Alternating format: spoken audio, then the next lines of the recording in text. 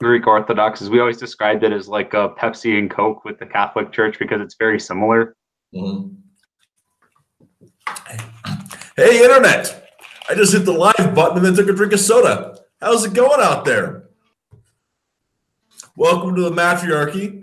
I've got my buddy McGibson, McJerkface, hanging out over there in the Baltimore area. Say hello, Matthew.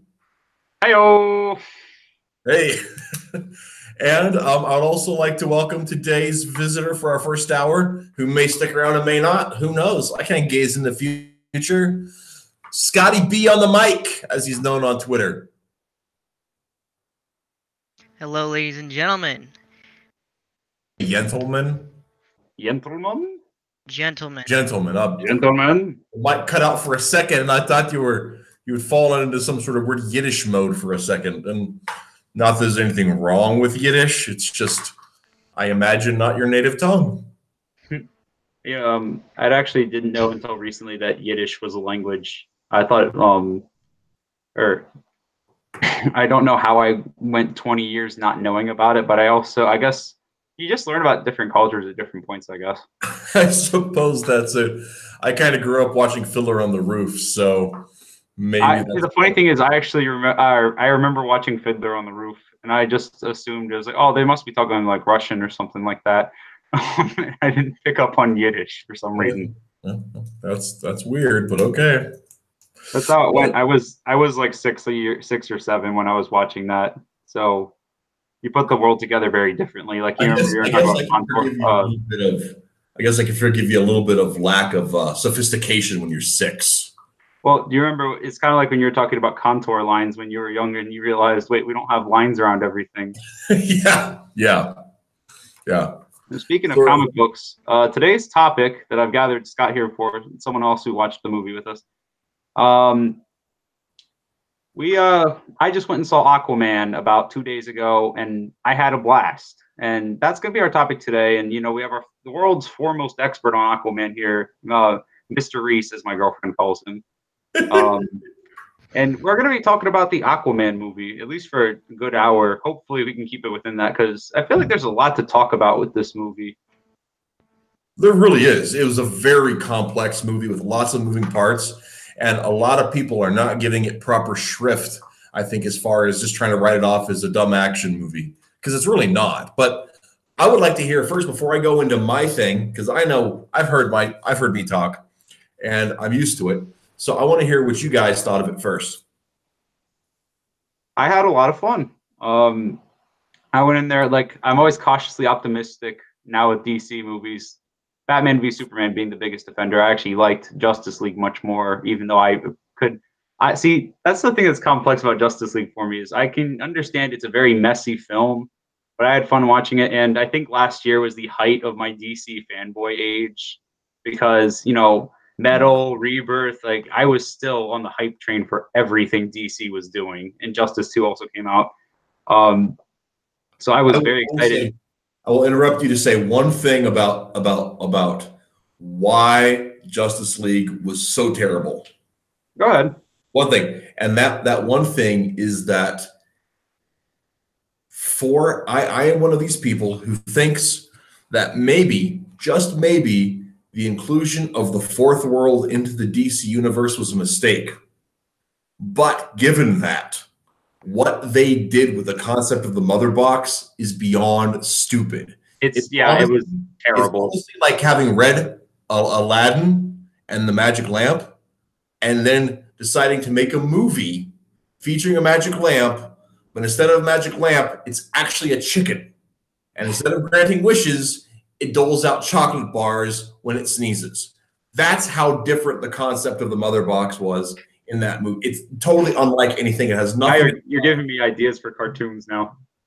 It's horrible. It's horrible. Yeah, that was one of my biggest complaints. Although when it comes to the fourth world, you see, I actually really love some of the ways that Darkseid especially has been worked into that to be, the big bad, the Thanos of the DC universe. Especially in stuff like, although I do think he's been seriously nerfed in the past several, like since the New 52.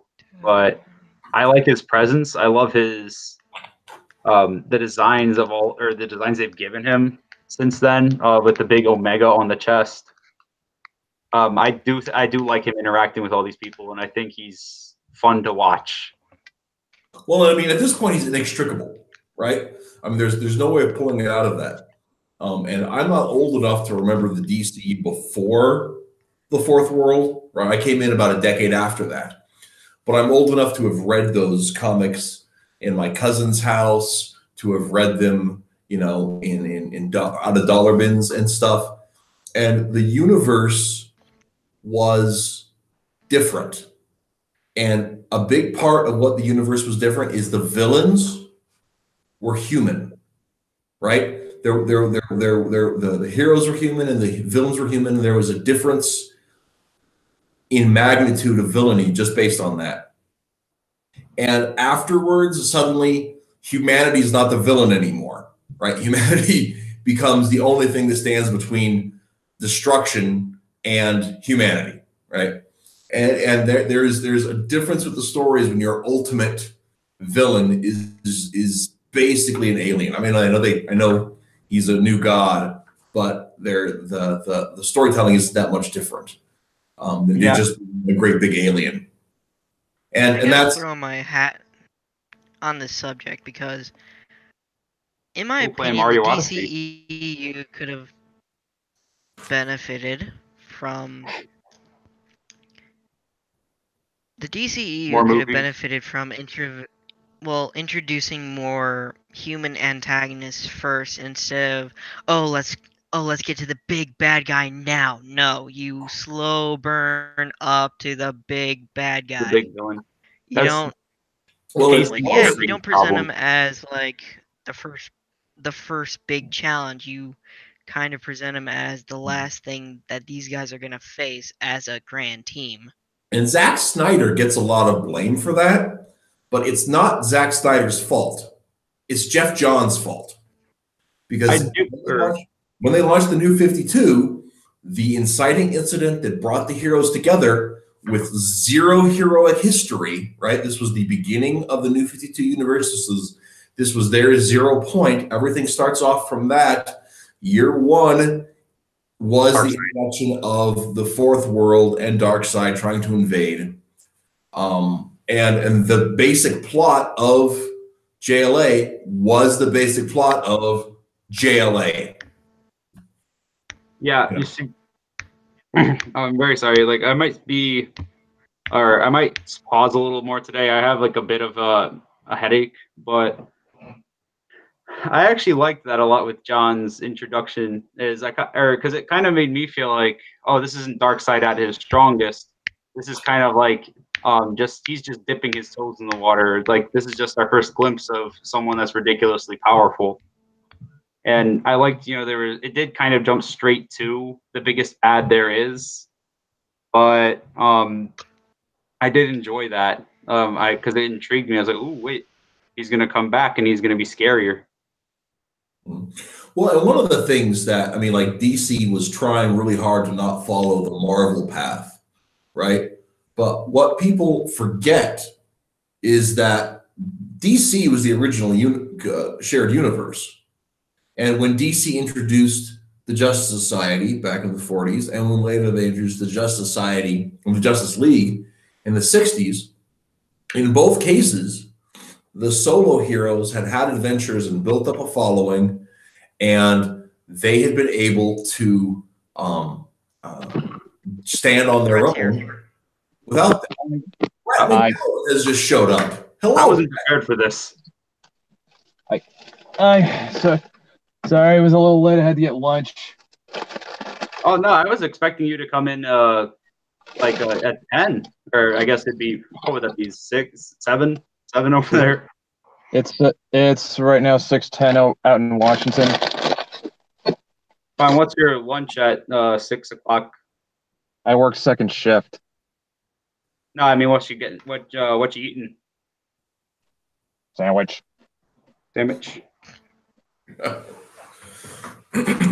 I'm really proud. I'm thinking about out there it's Carl's Jr., but over here it's Hardy's. And my friend Carl, who was our guest last time, I'm so proud of him at raising a son, and then that son made a restaurant. Like, kudos to you, Carl. All right. So, what'd I miss?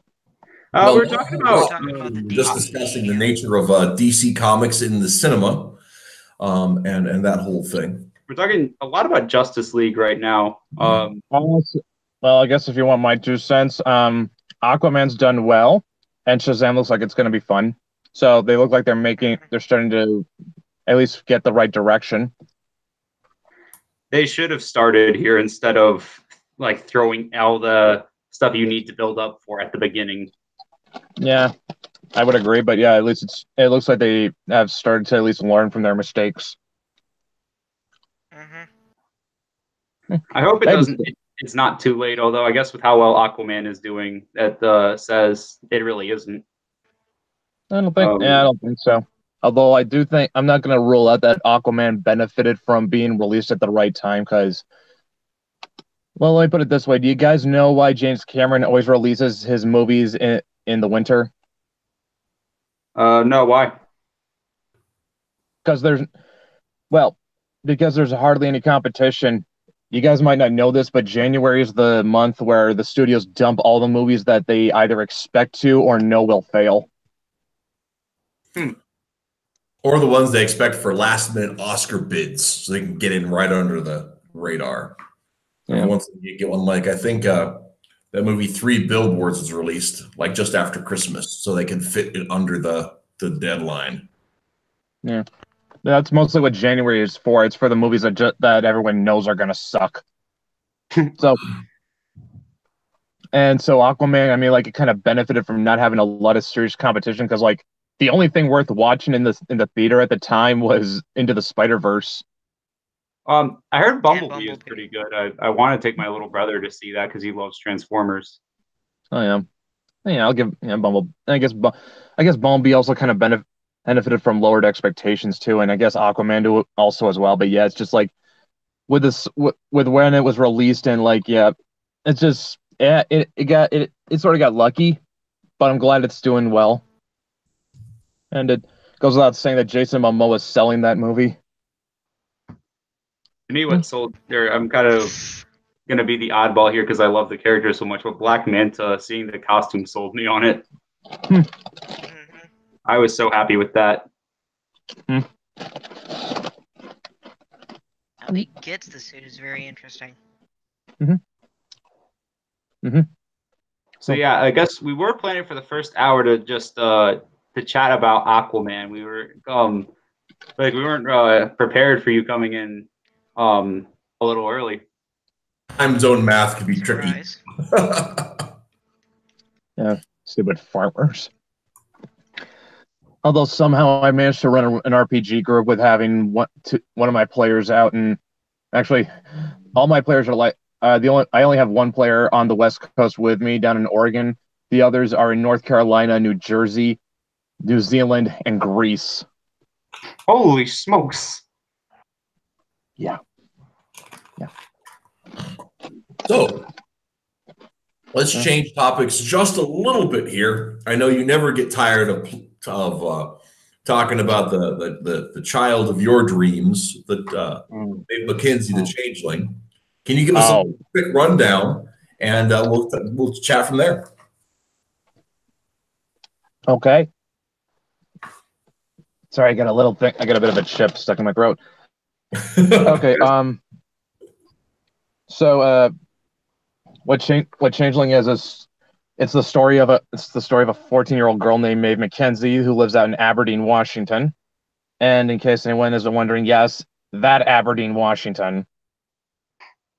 All the Gen Xers in the chat went nuts. Let's see. The funny thing is, I might have told you about this before. There's also an Aberdeen in Maryland. There's also an Aberdeen in Scotland. Yeah, when I first heard you talk about Aberdeen, I was just like, oh, right around the corner. My town is famous now, or not my town. I don't live in Aberdeen, but my area is famous now. And then you found out it was in Washington. Yeah, but Seattle was okay enough, I guess. The Washington people get a pass, even if they confused me as a kid because of Washington D.C. Yeah, but yeah, like I said, That was a terrible joke. I tried. yeah. There's also an Aberdeen out in Scotland, so you can probably guess how I got the name. All right, so yeah, she's lived in Aberdeen pretty much her whole life. She's kind of a loner, doesn't not really good at making friends. And then all of a sudden she finds out she's a changeling, and more specifically one that's descended from banshees. One thing I really love about the character in particular is, or especially with that artwork right there, is you managed to make something like, I almost put it like Dark Link or like, have you ever played Smash Bros? You have that Wind Waker or Toon Link, and he's got the Dark Link color. You managed to turn it into a cute girl. Like but you made like for your design much more over what Nintendo would come up with. I cannot take credit for that. That's all Victor and Ginger's handiwork, my art team. Well, I think they're doing a fantastic job, though. I just write the words. They're the ones who do. They're the ones who honestly like. I mean, when I say the book would not be what it is without them. I honestly do not think I could do this book without either of them, because like Victor's line art is I mean, you guys have probably seen it already. It looks good on its own. Like he's good with expressions. He's good with movement. He's good with gestures. Yeah, that's one thing that sticks out to me, and that's a great cover image you guys have with. I think it's your profile right there, isn't it? It is, but yeah. No, like I said, that's what Victor's good at. But then you throw in Ginger's coloring, and then it just really comes to life. Oh yeah, and I love the Nerd Wonder puppet or plushie in the back. That was a nice little nod. Yeah, there's a couple nods in there. I just basically told, because in the original line art, like Victor just drew Maeve by herself, did not draw in a background, so Ginger more or less kind of had free reign to just put in whatever she wanted. Oh, that's interesting. Mm-hmm. Sorry if I interrupted you on explaining the world of Maeve Mackenzie. If you wanted to continue giving further explanations about her friends and what's going to happen to her life after finding out, like, she's a changeling. Well, the twist is she got raised Christian. I do remember you talk about that, yeah. Yeah, that's the big twist. So she has, and being that she finds out, oh, I'm descended from fairies, which is a very, I'll just outright say she has kind of a pagan heritage, but she's also got a Christian upbringing, so those two are sort of playing against each other. But yeah, it's just some of it's sort of pulled from my own experiences in high school. Some of it's pulled from my brothers. Some of it's also pulled from my best friend. Like, I had to go into detail, but it's I don't know how much. I just kind of want to make use of as much time as I got. But I kind of think like I sort of managed to pull from all of them and sort of still make Maeve feel like her own person. And like which is kind of the reason why I sort of stuck with making her a girl, not just because she looks cute, but it's because that way I can maintain a level of distance from her, and she doesn't feel like she's an avatar for myself. Yeah, self-inserts. I talked a lot about your disdain for self-inserts, character. I'm gonna say rightfully so. I feel like for the most part, I guess they can be done right, but self-insert characters just come off as obnoxious and is it really? I'm sorry, I've got you missed it, but I have a headache today, so I might be a little stumbly with my words. But not subtle whatsoever. It's like one of the things that's really hard for people, especially young writers, to do with that. We have this tendency to want to pull from our experience because that's what we know. And you write what you know. But one of the things that's a real challenge is understanding who you really are, because we have all these presuppositions about what we're like, and that doesn't always reflect into the real world. And so that you write all your aspirations into the character instead of writing into the character, who they need to be to relate to an audience. Yeah, it's kind of like, I guess, to quote Zach, they don't people well. I think that's definitely a way of saying that. I actually think that authors by nature don't people well person to person. A lot of times, I think because writing is such a solitary craft, it's the ability to observe others, and that's why if you get somebody like Dickens, who spent time just writing people's conversations down for his job, that's why he wrote such excellent conversations, is because he did that for a living for like 4 years. You know, I think being able to sit back and observe people is a real important part of being able to be a good writer. It is, but Charles Dickens. Yeah, Charles Dickens. Okay, he was a stenographer. Everyone knows what Charles Dickens is. Everyone's seen A Christmas Story, at least one version of it. I've seen the Muppet. You mean A Christmas Carol? That's why I said A Christmas Carol. Everyone's seen at least one version of that. You said Christmas Story, which then I started thinking of like a old timey yeah, but like I put my words there, but yeah, that's what I meant. Yeah, Christmas Carol, and like I said, everyone's seen at least one version of that story. Yeah. But yeah, I mean, like, but yeah, I wouldn't disagree with you there, Matthew. I mean, like, you do got to know how to observe people, but I think what's also equally, if not more important, is knowing how to, it's empathy. And a lot of and that seems to be a quality that I think a lot of SJW writers particularly lack. They don't know how, they lack empathy. I always felt like they were writing from the perspective of somebody who sits on Twitter all day, and you get outside and you go places, you realize the world doesn't talk like Twitter does. No, it doesn't. It does not. I've said this before, and I'm going to keep saying it because I just love this word picture. If social media is alcohol, then Twitter is bathtub gin. It's just the hardest, harshest stuff that will destroy your life if you let it. I think actually, if anything, Twitter's closer to backyard moonshine. Actually, funny thing, and like this goes to, or I guess there's 3 Irish people. Scott, are you Irish as well? Somewhere on my mother's side. Somewhere. Okay, so there's 4 Irish descended people here, but back during the Prohibition, one of my ancestors, I guess at this point, they had actually burned themselves by making backyard moonshine. Boy, they did not know what they were doing. Such an Irish thing to do, I guess. I get ginger beer.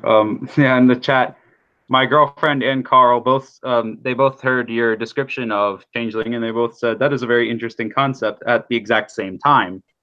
So I told them that they owe me sodas. My girlfriend gave me a soda yesterday.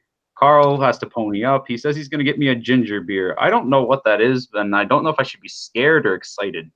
Well, ginger beer is like ginger ale, but with more ginger and usually a little more sugar too. Oh, more sugar. I mean, I'm American. More sugar is a good thing. Yeah, but I mean, the sugar's mellowed through the ginger, but it'll tickle your nose drinking it. It's pretty stout stuff. I actually prefer ginger beer to ginger ale if you can get it.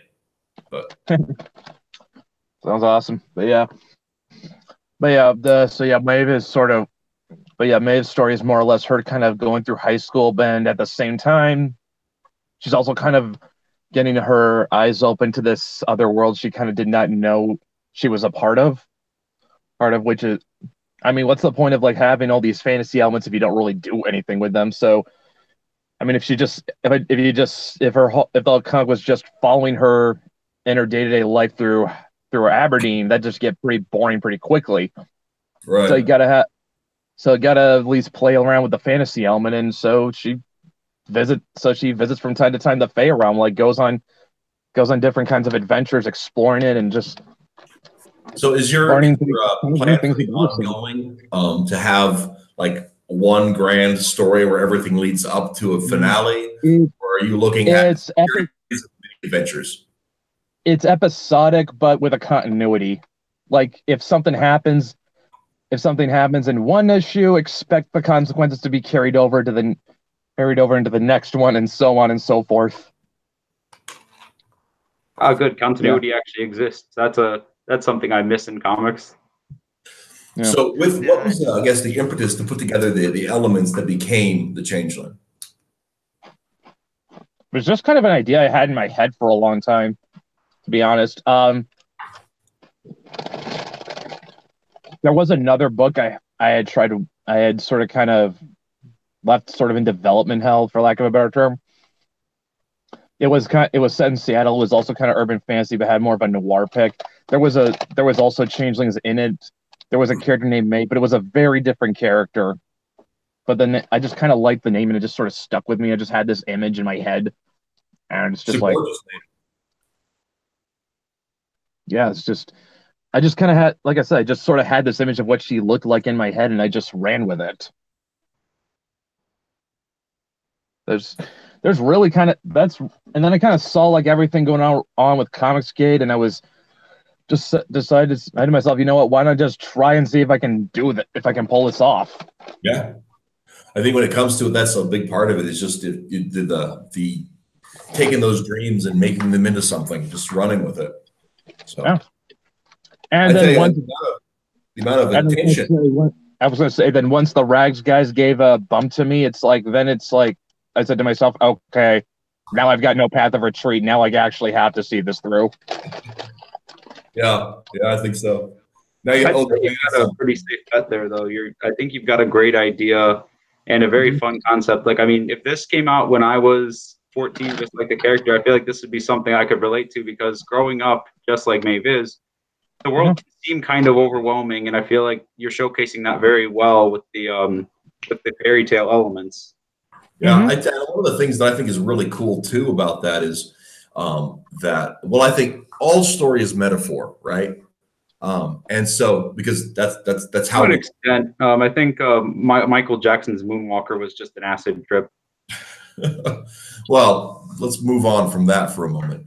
I also don't think you can say Naked Lunch is metaphor with a straight face, Matthew. I am not familiar enough with that to have a comment. So Naked Lunch is a beat novel by William S. Burroughs. Okay. Now I have not read it, but I remember it now. Mm-hmm. So it got me into a movie with Peter Weller. It's a lot.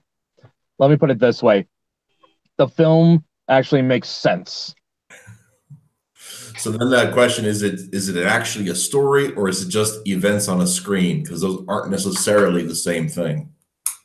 Anyway, the film actually has a story. The novel is like a whole bunch of stream of consciousness passages that are not meant to be read in order. Like you could read that entire book out of order.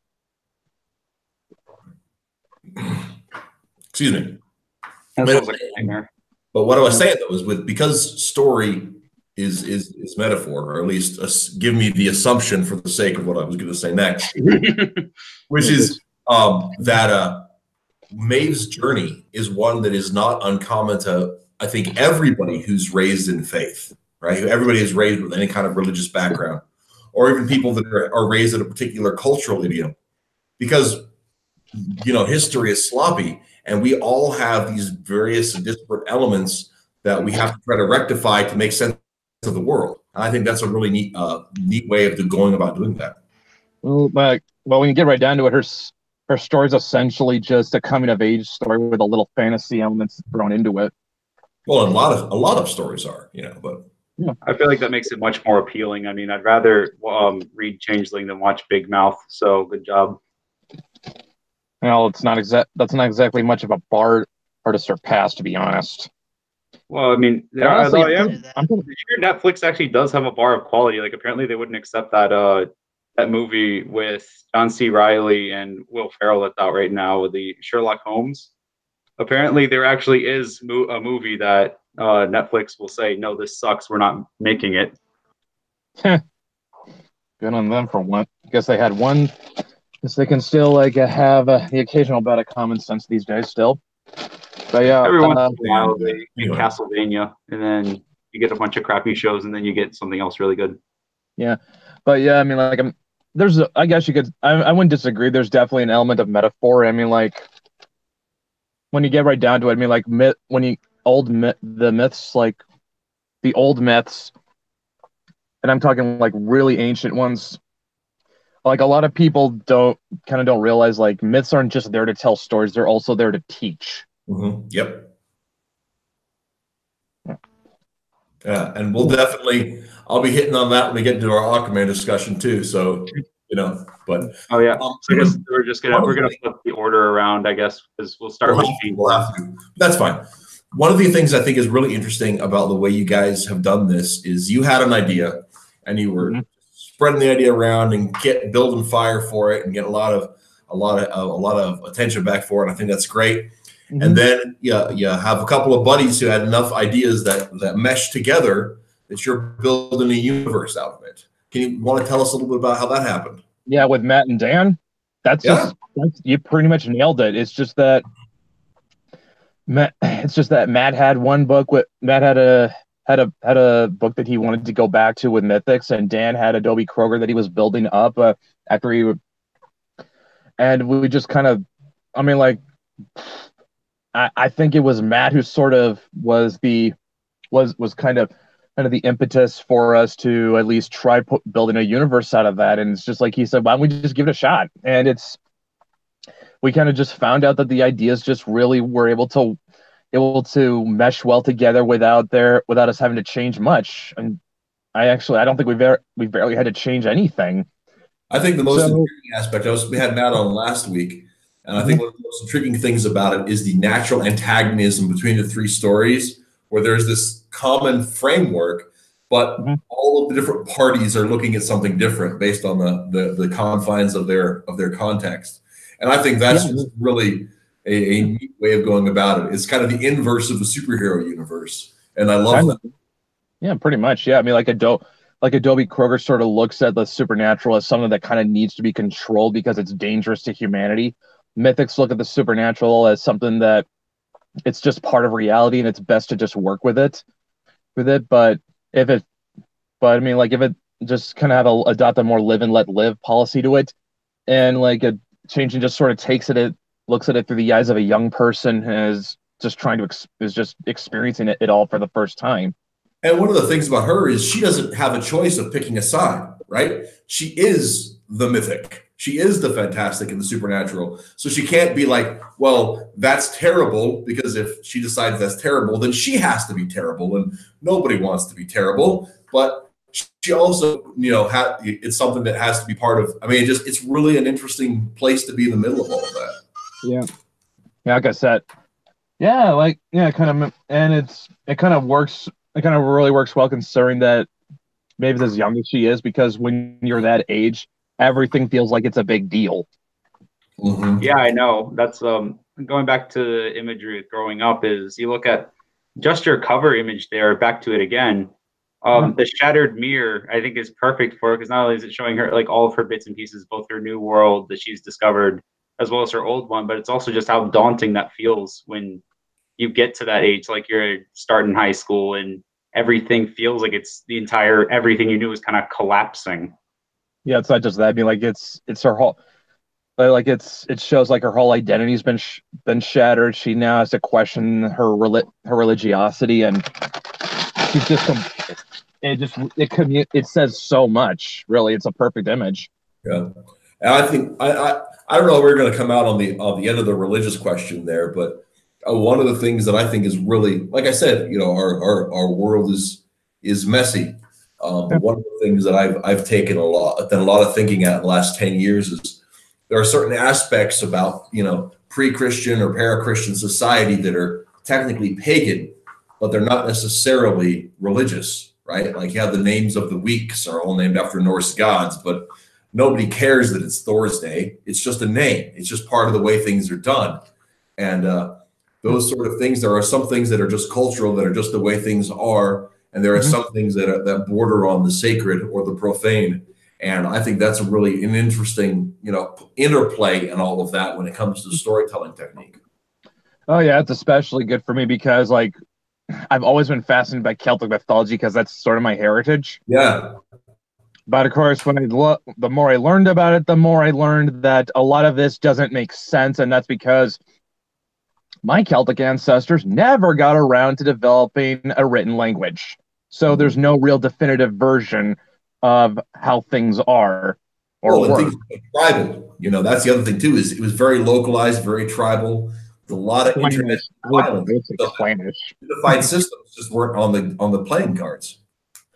Yeah, it's just like, but yeah, on the one hand, on the one hand, that kind of can make it a little daunting to learn about. But on the other hand, if you're using it as like the basis for a fictional world, it actually gives you a lot more a lot of wiggle room you wouldn't have with something as rigid, say, Greek mythology. Mm. Yeah, definitely. And I think that's one of the benefits of it from a storytelling technique we use in our Ideal Comics work. We have a very heavy influence of Celtic lore in different parts of it as well. And we're going to be playing with that on our webcomic here, this story we're in right now, and playing off that. So I also find that a very appealing aspect for storytelling. Mm-hmm. And also, I think the thing that makes our universe really unique compared to others is how familiar are you guys with the work of Carl Jung? A little bit. Carl, who now? Jung. He was a psychologist. Let's just say, short version, he's better than Freud. Well, that doesn't take. I actually have some really great Freud jokes I was sharing with Carl the other day. But basically, Freud was he was basically just the hipster version of a teenager from nowadays. Like, his answer to everything was either your mom or your penis. So he was basically a high schooler from now. Just someone asked him, was like, well, how do you explain this? He goes like, your mom. Oh. Yeah, I was so proud. Or my dad kind of pointed that out to me, and I kind of went along and updated that to like to kind of put bring it to life. I thought that was so funny. Yeah, a lot of Jung's work was foundational in Joseph Campbell's The Hero's Journey. It was. It was particularly the monomyth, and like Jung also studied mythology a lot. But like one thing that's sort of like that's big in his work that we sort of grabbed onto and had just plugged into our universe was the idea of the collective unconsciousness. Right. So basically, in the mythoverse, the supernatural is linked to humanity's collective unconscious. Mm. And different supernaturals sort of are reflections of different aspects of humanity. Like, you got the Fae, they're connected to dreams and imagination. You have spirits, they represent they're part of the more virtuous side of humanity. Gods are connected to belief, and you have demons that are basically connected to our vices. I think we still got room for others, but you sort of get the idea. Right. Yeah. I think that's a good framework. Yeah. Mm-hmm. Yeah, with our universe, ours tends to be we take more of a historical approach on it, and I mean that the legends are history manipulated, right? So, and a lot of legends are real. There's real werewolves, there's real demons, there's real vampires. They're all part of it, and the gods and the demons, their history are intertwined, but it's all part of one story, part of the collective unconsciousness. It's part of one creation, and this creation involves all of these things that most people think are mythical or legendary, but that are part of the underpinnings of that creation's existence. And that's part of how our universe is framed up a little bit differently. But I think your structure is really great for the stories you guys are working on. Yeah, it's just like it kind of just gave us enough wiggle room for us to fit all three stories in the same universe, and as well as it also gave us a lot more room to explore too. And it's just like, and of course, like you also get to play around with archetypes, which is another big thing in Carl Jung's work. I mean, like yesterday, just Matt and I spent the whole day just working on the background lore and rules of this universe, just so we could have stuff to refer back to, so we can maintain some consistency. And it's like he and I were kind of amazed by how much we managed to get done. Oh yeah, Those are some of the best things when you're doing is you're putting up, for me as a writer, I love putting together all of that little tidbit background stuff that nobody ever sees. You just have these notebooks full of stuff that matters and it affects people's choices, but no one will ever read it. Be glad you have people to help you through that process. Yeah. Going through it solo is a pain. Yeah, it always feels more fulfilling when it's part of a team effort. That's for sure. Yeah. Yeah, and it's just honestly like the reason we've been able to even build this is just sort of a happy coincidence, to be honest. Now, you as a creator, was this something you always wanted to do, but you were kind of afraid of, or what was your story with being a creator? I've just wanted to make a comic ever since I was a teenager, and I've tried doing it before, never got off the ground. It's just like and after a while, I just sort of decided to just let it go and think to myself, you know what, it's no big deal. I don't need this to make money. And then like I said, the whole Comicsgate movement just sprung up around and everyone started trying it. I just thought to myself, I might as well give it another shot. And then like, what have I got to lose? That's actually very similar to like my story with this. That's something me and Rhys have talked on here about before, though it might have been on one of your other streams or your other stream, Rhys. This movement, regardless of like if it's actually changing the mainstream, it's brought a lot of hope back to creators like you and I, who see a chance that there is an audience who would like us, or at least worth aiming, or that there's a way we can get ourselves out there, and it's not as impossible as we thought it was. Mm-hmm. Yeah, I mean, I've been making comics since 2006. I've been working on the craft since for 25 years, I suppose now. But just pretty much what I would consider laboring in solitude. Just me and my fellows working on the webcomic. Not know if anybody's reading it. I read that chapter you sent me today, and that was brilliant. I'm sorry, what? I read the chapter you sent me today, and I was actually laughing. I retweeted it because I genuinely thought it was that good. I didn't see the retweet. I appreciate that. That was a lot of fun to put together. I'll talk about that in a second. But having the community that sprung up and everything was something that's been really pleasant. And for a lot of years, I spent a lot of years avoiding Twitter because it just seemed like one more thing. And I eventually signed up about a year ago.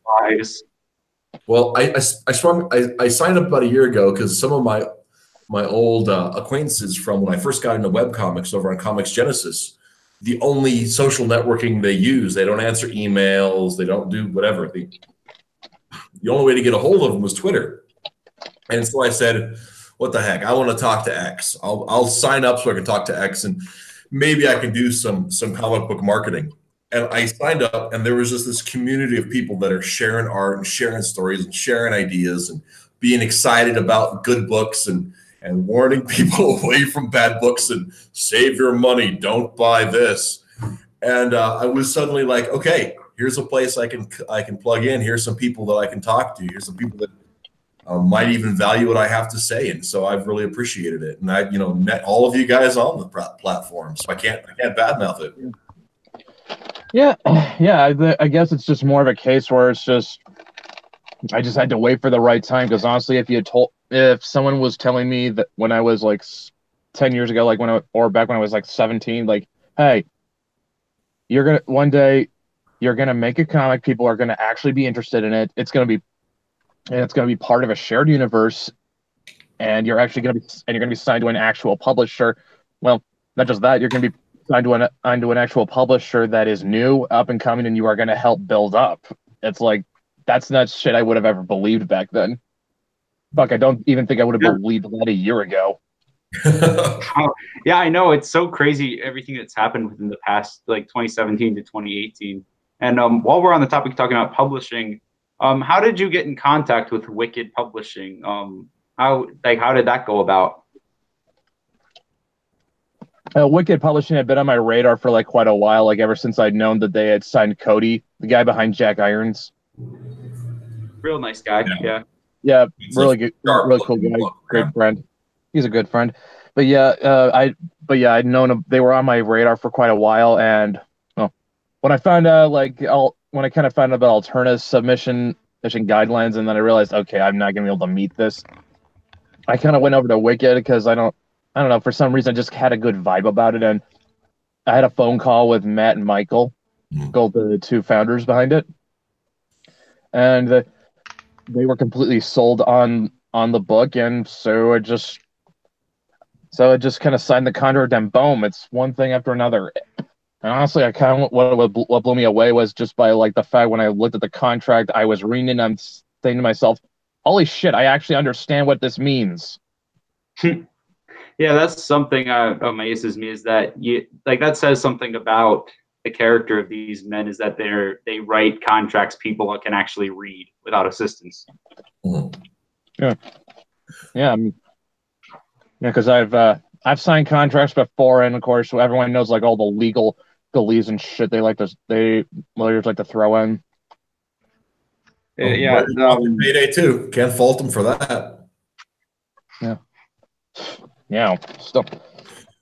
Well, I think it's actually I've had a couple experiences with the Wicked guys. I won a contest, not a contest, a drawing for a free comic, and it took them a while to get to me, and they were really forward with letting me know what updates were going to be and the whole 9 yards. And I didn't need nearly that much interaction, but I appreciated it anyway. I mean, what am I going to do? Be mad about a free comic? Yeah, or I feel really bad because when I've won contests before, the packet or the posters have gotten lost in the mail, and I feel so terrible about it because I know they worked so hard, and it's a shame that I can't find. I don't even know what happened to some of them. Yeah. All right. So, what are some other questions, Scott or Rhys? What are some questions that you guys have for Brett while he's here?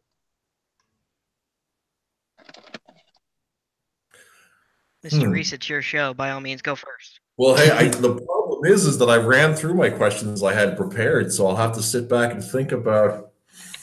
Okay, I do have a question for you. I will say this. So if you guys are going to ask about plot details or anything, I'm not at liberty to reveal any of it. This is a decision about a character. When you were first working on putting probably not first, but about a year ago, you were working on putting together the cast of Maeve's friends, and you would put on Twitter that you were nervous and anxious, but finally decided to just go with the cat boy. Tell me about that, if you would. What was that thinking process that went in there?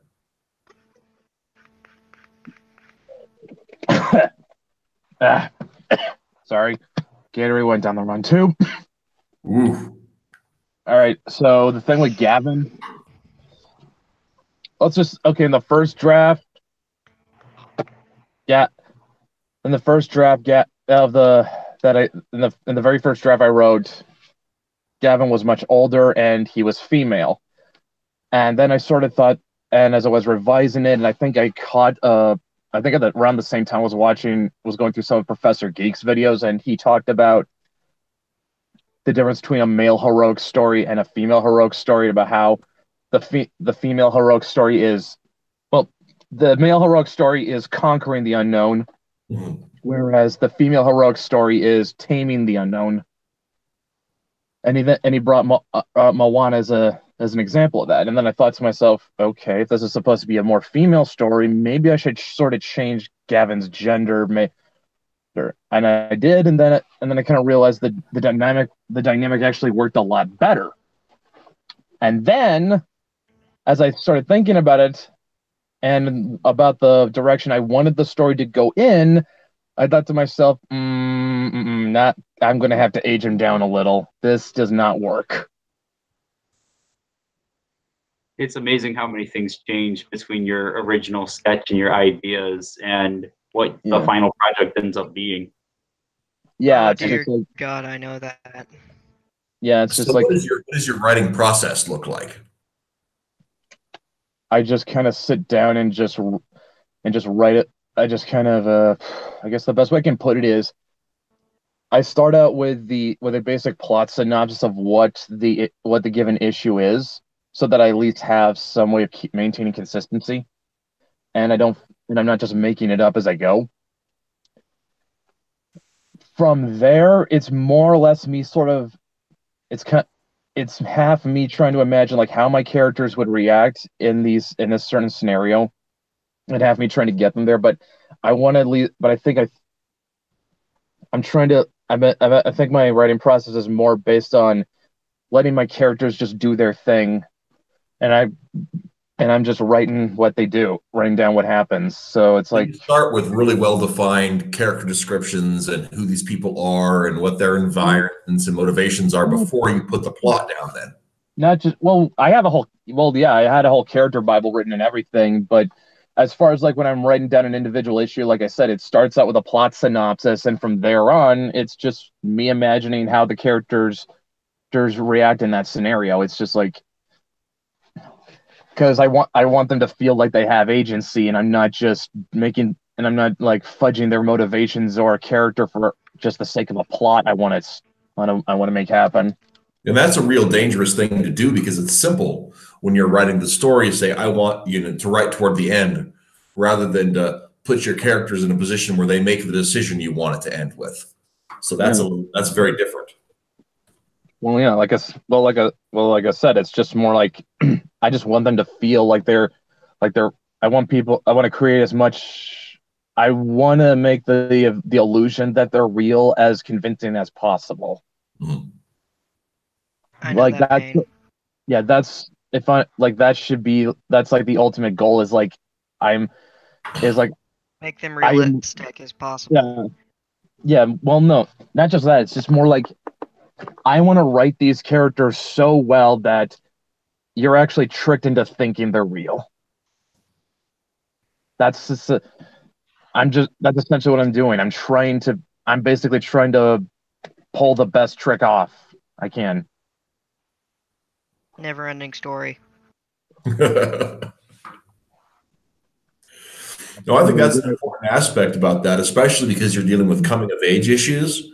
And you've got to make sure that those are going to feel authentic, because otherwise it just feels faked. I mean, there's no middle ground with those sort of things. That's one of the things that I both loved and hated about what was that movie? Michael Cera. That doesn't narrow it down. You got to narrow it down. He's been in a lot of movies. Well, I know. I'm trying to remember the other dude's name. Oh, come on. Was it Scott Pilgrim? Superbad. That's what I was trying to think of. And that in Superbad, like the whole process of the movie is them developing the friendship between these two guys and having them grow through struggles and trouble and trials and rediscovering each other. And the scenario they're in is totally unbelievable, but their interaction is believable. And then it ends letting you know that nothing that happened matters. And that was the thing I hate it, because it ends in a way that lets you know that nothing matters. And that's just one of the reasons that I want to kick Seth Rogen in the nuts. So. Oh, geez, there's so many reasons to kick him in the nuts. You should want to kick Seth Rogen in the nuts just for not being funny. Well, my biggest reason, number one, is for ruining Green Hornet. That should have been an amazing movie, and it's his fault it's not. But Amen to that. Oh my gosh, yeah, there's I'm a Green Hornet fan from way back in the day. I don't want to get into that here, but that guy's on my list. Your kiss is on my list. Yeah. I would like to say, though, for the sake of my own self-protection, since this is, in fact, on the internet there, that I have no intention on visiting California ever. So, let alone kicking his nuts outside of that area. If he wants to come to Nebraska to try me out, well, that's on him. But I don't plan on coming to look for him. So, me neither. You could not pay me to go down to California Narnia at all. So yeah, he's got to come up to Washington. Yeah. Speaking of which, aren't you? You were, or at least you did, or something. There was a convention, I believe, Wicked was going to appear at. That was at like Comic-Con, and they were already there. Okay, so did you go down there at all? I didn't. I did not have I had neither the time nor the money to be able to attend. That was the only ones who were there in person were Matt and Michael. That was Comic-Con itself in San Diego, yeah? No, LA Comic-Con. Oh, okay. Okay. Did they ever go through that rule that you every comic convention now they can't use the name Comic Con because they were going to reserve that for New York and San Diego? Well, apparently it applies to LA, and there's also Emerald City Comic-Con up in Seattle. Yeah. There was big talk about the litigation aspect on it. I don't think it's actually gone through, but Denver is officially changed their name to the Pop Culture Convention to avoid the possibility of legal entanglements should San Diego decide to get all huffy about it. They did end up suing somebody, but I don't think they had standing in that state. Yeah. Like I said, unless Seattle changes the Angels Emerald City Comic-Con's name, I honestly do not see it becoming much of an issue. You guys got everything up there. You're the Wizard of Oz. It's called the Emerald. I think it's called the Emerald City just because, like back in the day, Seattle used to be a logging town, and we're surrounded by evergreens. I actually love the Pacific Northwest. I think from the one time I visited I can't even say 10 years ago. It was 2006 or 7, and so I guess a little over 10 years. Mm-hmm. It was beautiful. Like I actually loved it. And granted, I did go a little when I went past Seattle, up to Alaska, where I was actually going on vacation. I just loved it, and I loved going back to Seattle and seeing, as we're flying over different country bits, seeing the beautiful trees and landscapes below. See, Maryland is just basically I describe it as kind of the default setting. It looks like the standard town. The plants are normal. There's a spider that apparently lives in cardboard boxes, but that's a different story. Everything I know about Maryland, I learned from watching The Wire. Like is that a movie, or are you talking about like the TV series? It ran for about 6 years on HBO or something like that. It was a cop show and set in Baltimore. It was on HBO, ran for 4 seasons. Huh. That's interesting. We also had House of Cards, which I know has had a big falling out in favorability with Kevin Spacey and his horrible actions, but that actually used to be recorded in areas very close to where I live. Actually, my mind was like, again, I'm famous, or my town is famous. Actually, I'm gonna be taking off right now because I gotta get back to work, and I'm gonna say, Matt, I'm gonna say your new homework assignment is you gotta go and watch The Wire and then report back on how accurate it is about Baltimore. That's amazing. Yep. All right. All right. I will see you gentlemen later. Thanks for having me on. Thanks for coming on, Brett. We appreciate to see what you have coming next. Mm-hmm. Thanks. Bye. Take care, dude. All right. It's just we three again. I want to send special thanks out to Brett for making the time.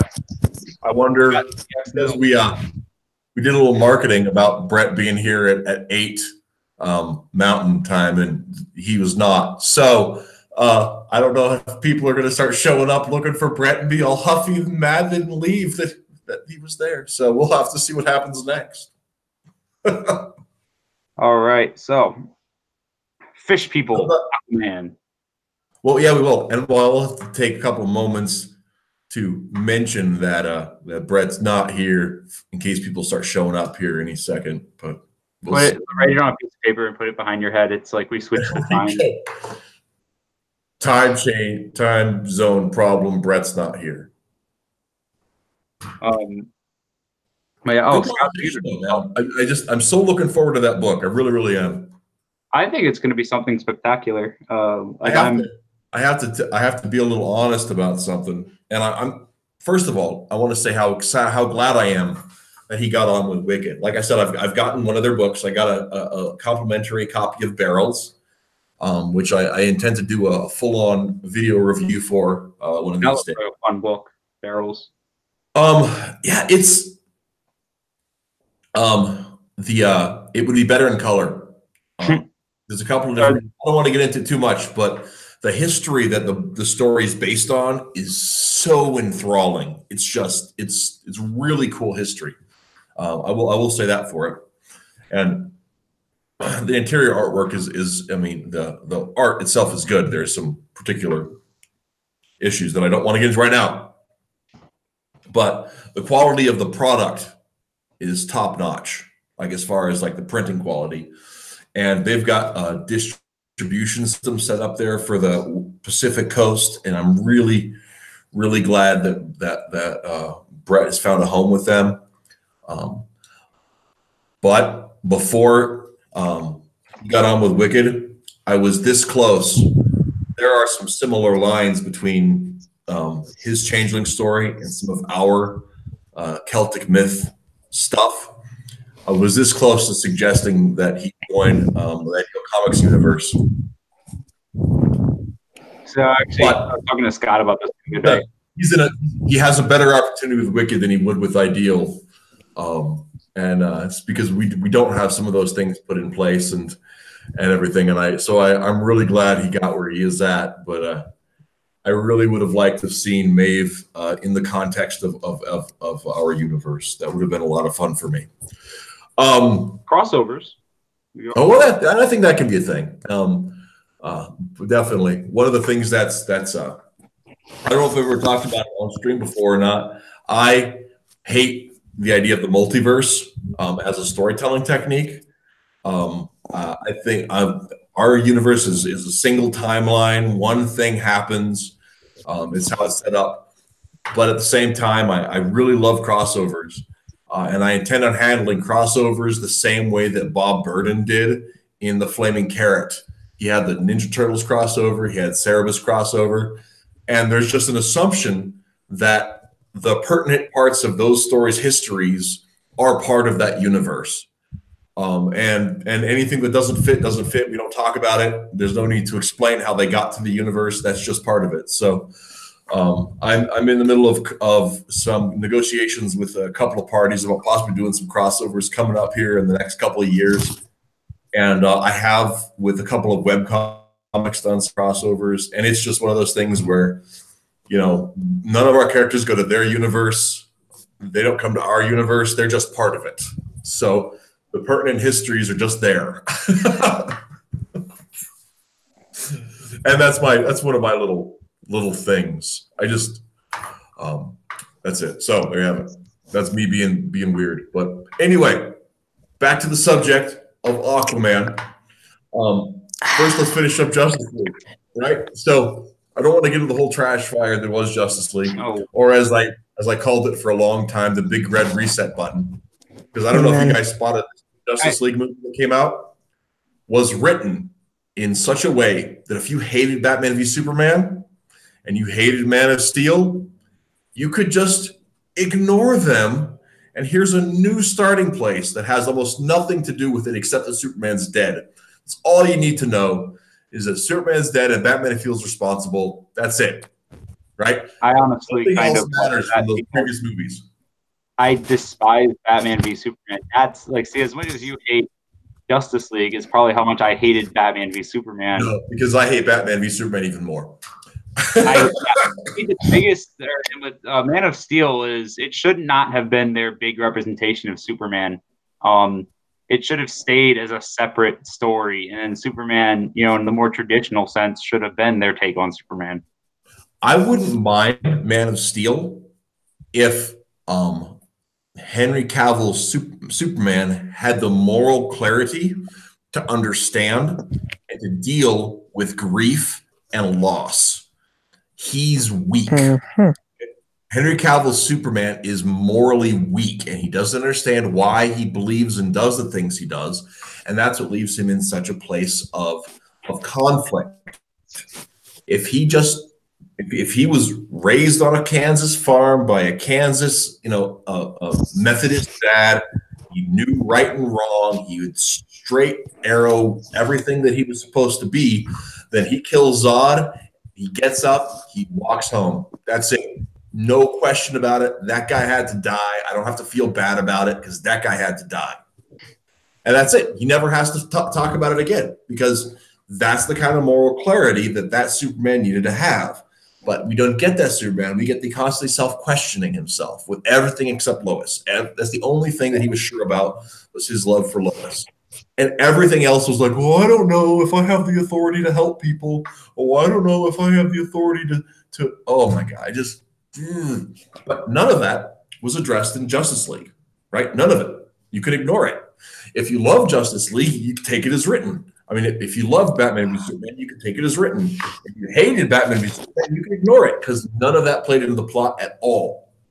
Looking back on those movies were really pretentious. Just how much it's like, okay, do I question this? Something about religion, something about political allegories, and then all of a sudden, you're Superman. Just get back to saving the day. Just put the color back on. But can you throw some buckets of paint maybe across the landscape? Because this amount of gray is hurting my eyeballs. Amen. So, but one of the things, getting on the subject at hand, was Aquaman, right? And one of the things they did right with Aquaman is they only made, in the same way that Justice League made one plot point about Batman v Superman, maybe 1.5. They had one line about line in Aquaman about Justice League. And it wouldn't even have to be about Justice League. It was so vague that you can ignore Justice League altogether and still watch Aquaman and be like, oh my God, that guy's amazing. I was thinking about Wonder Woman here because I feel like for the most part, until like the end, it ignored BVS. Because I mean, granted, it did happen like 70 years earlier, but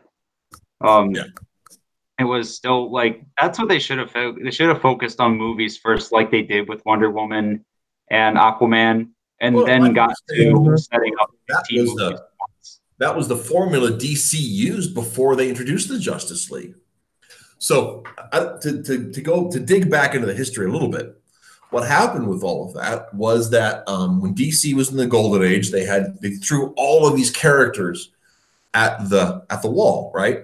And they had them in little, 10-page, 8-page stories in these huge books that they would have out, right? Detective Comics was originally quarterly. It was like 150 pages. It was huge.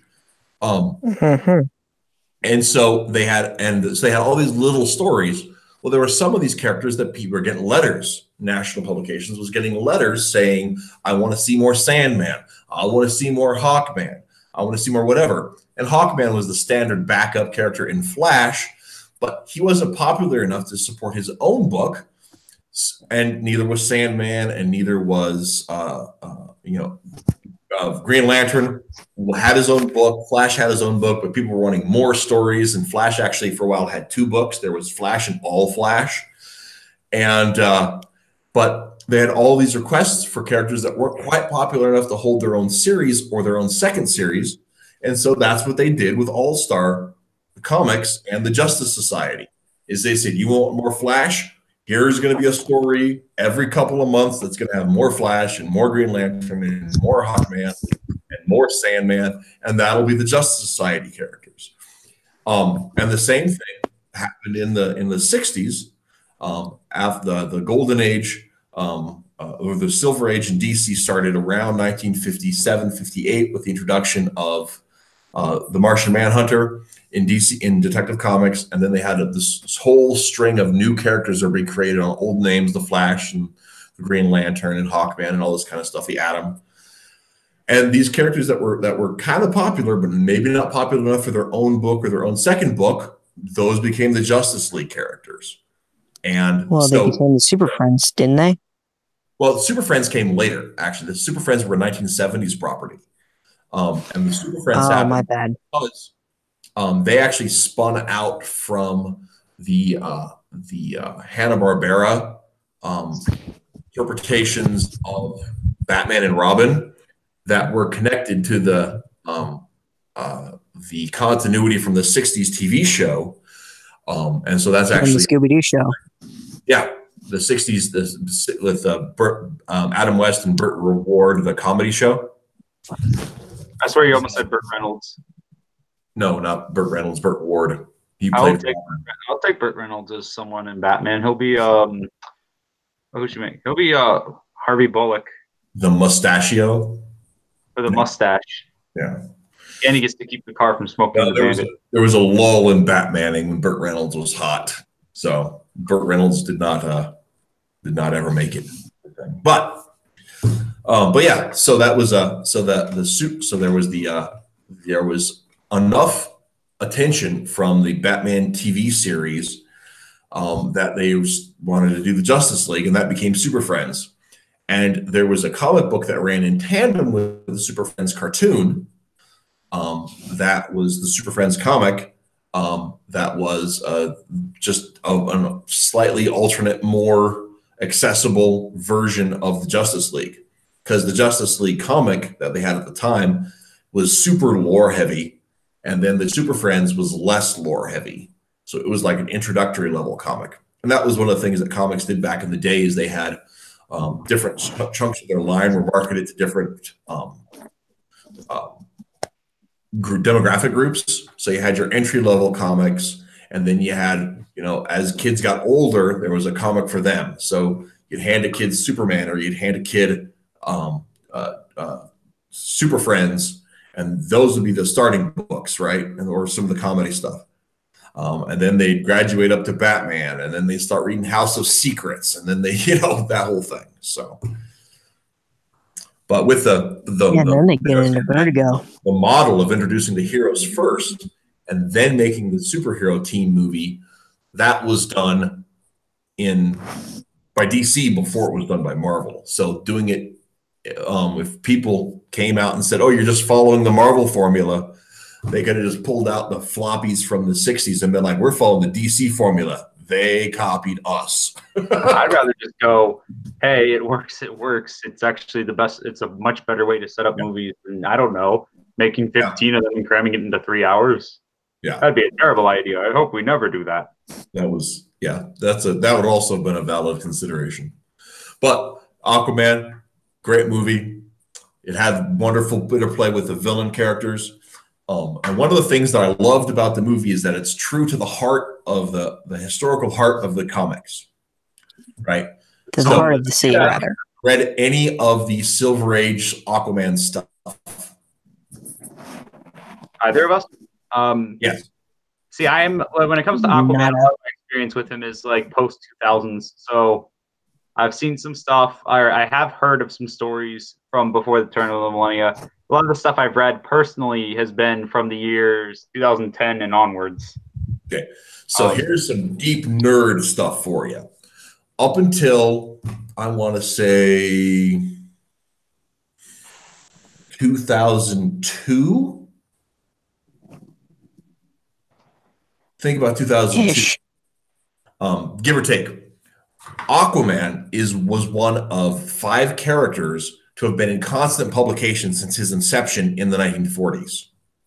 Okay, there was Batman, Wonder Woman, Superman, Aquaman, and Green Arrow. The only characters to have been in constant publication every month or printing cycle from their inception until the early 2000s.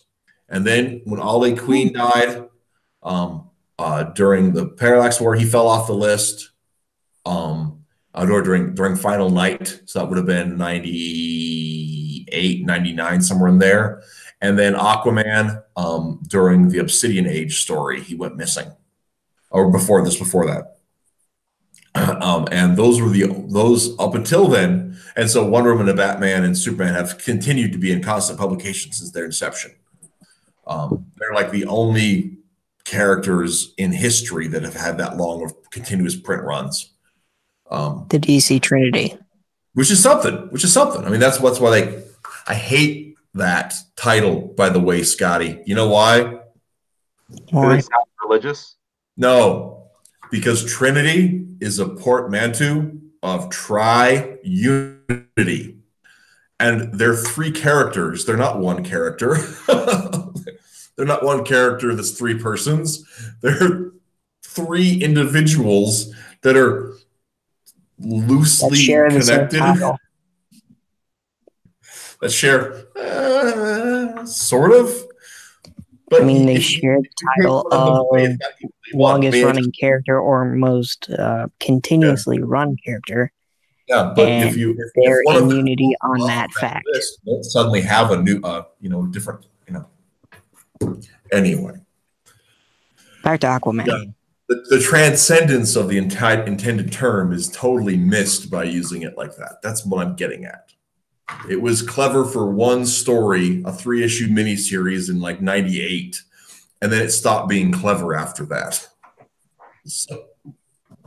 He's 98. Everything goes religious year, pseudo-religious year. Do you remember Marvel Knights and like how everything was like really heavily tied to religion? Like you had not Batman, Daredevil. What was that story that Daredevil's always been heavily religious. But then you had Punisher was getting in on it, and he had he was dead.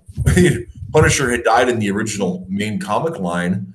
And so they had to find some way to write Punisher stories because people still wanted Punisher. So he was like, oh, well, he's back from the dead to hunt demons because we can't just ignore that part of the story because, we as some stupid editor let Punisher die. So I mean, using that plot, you could get some interesting feedback with the villain character Mephisto. Yeah. And his whole realm in the Marvel shindig. Yeah. I mean, and the bigger thing is that, here's part of my take on it, right? If you're going to kill a character. They're dead. Stop using them. Don't ever use them again because they're dead. There are I can count on this hand the number of characters that have come back from the dead that it's been worth the trouble of. And that would be Bucky Barnes. What is her name from Catwoman? I can't remember her name, so she's super important. But her death was dumb. And that's it. I mean, Captain America died, but he was never really dead. He was always going to come back. Batman died, but he didn't really die. He was always going to come back. Superman died, but no one thought Superman was going to stay dead. Those are just publicity stunts, right? That's all that is. I mean, it was just fake. It's just fake. So if you're talking about side characters who they try to kill to make a dramatic impact, of those that have come back that have been any good, that's about it. Holly from Catwoman. And Ed Brubaker brought her back, and there wasn't even an explanation. He was just ignored that story that no one liked and no one had bought and had been reprint once. But yeah, I mean but where did I get off talking about dead characters from? Jason Todd. Nah.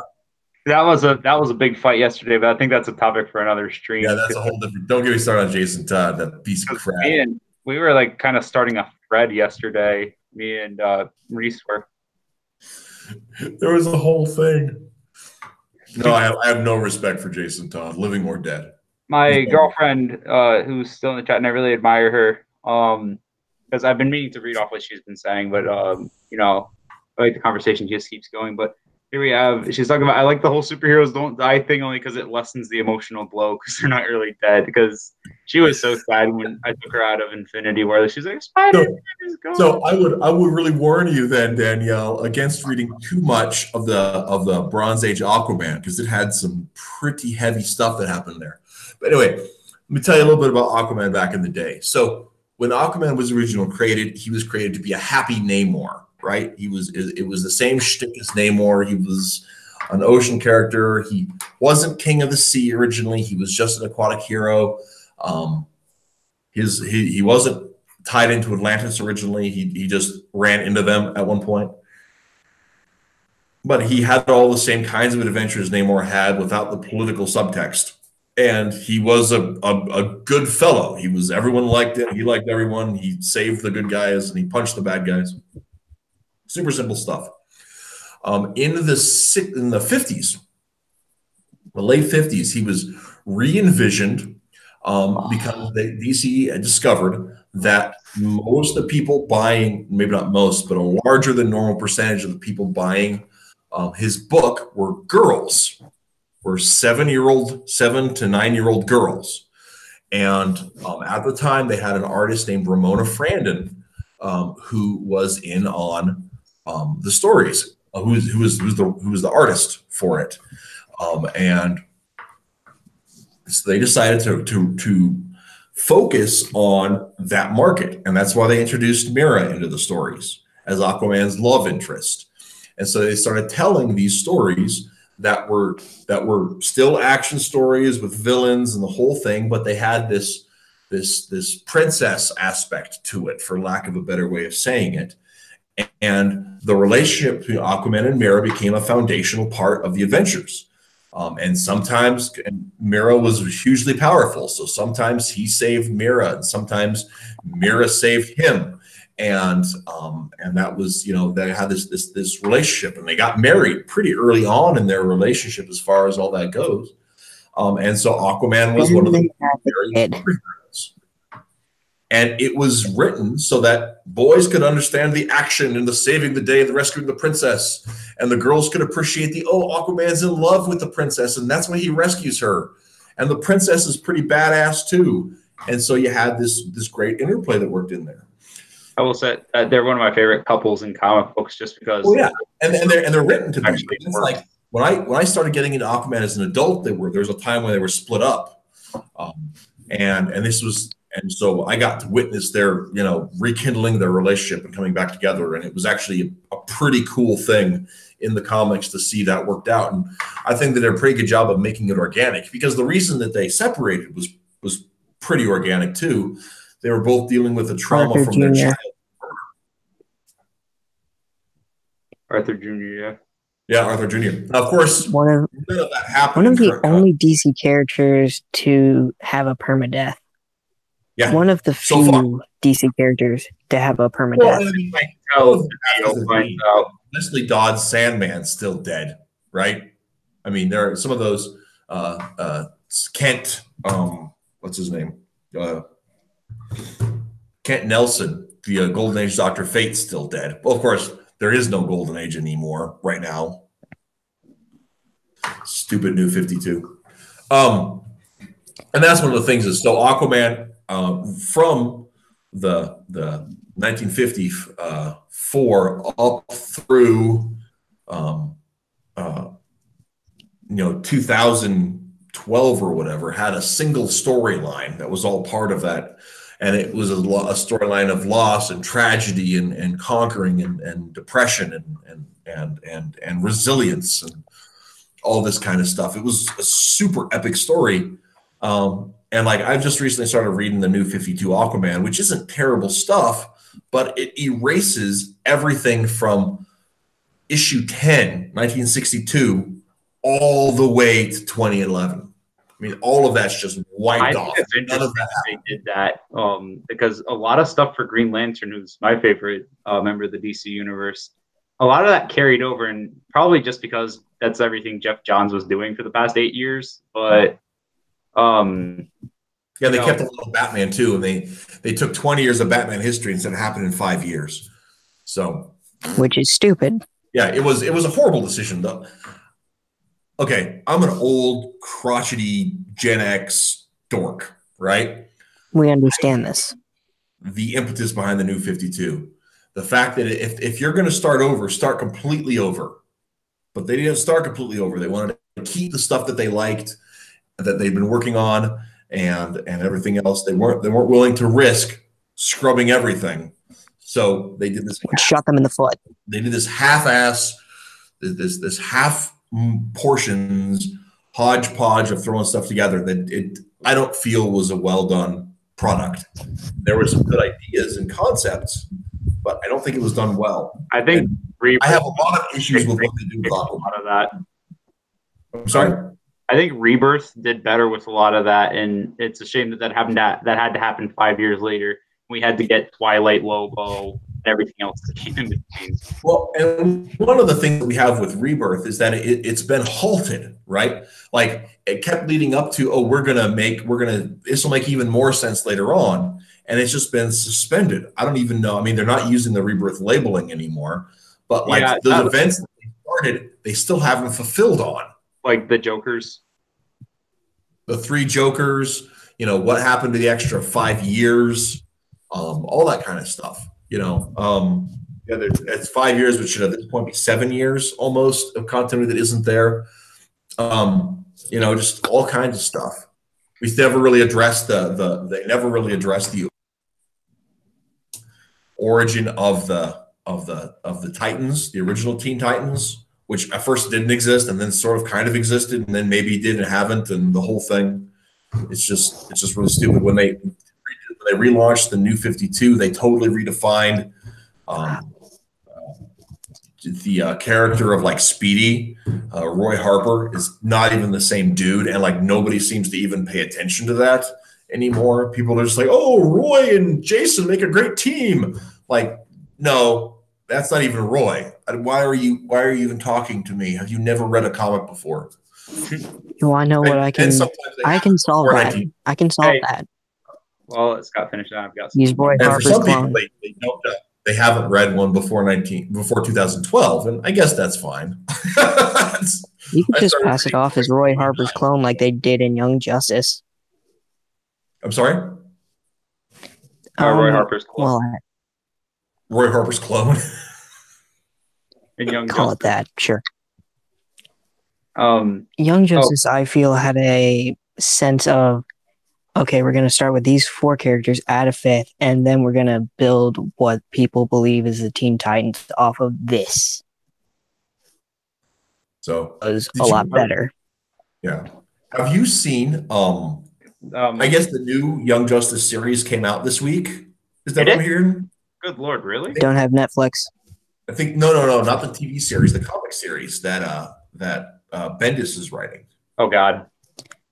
I know, right? I don't want to. Bendis is a 6-letter word. I don't understand how anybody. I have never read a Bendis story I've been impressed with. Never one. I loved his Daredevil stuff, but when they decided, I haven't read his Daredevil, but I've not. I read Ultimate Spider-Man. He just took an edgelord take on every single one of Stan Lee's stories. There's no truly original content in there. It's just all aped from Stan Lee, with late 90s edgelord layered on top of it. It's garbage. I didn't care for his work in the mainstream Spider-Man universe. I didn't like Powers, what I've read of it. I haven't read anything of his I've been impressed with. I don't understand why people are like, ooh, Bendis.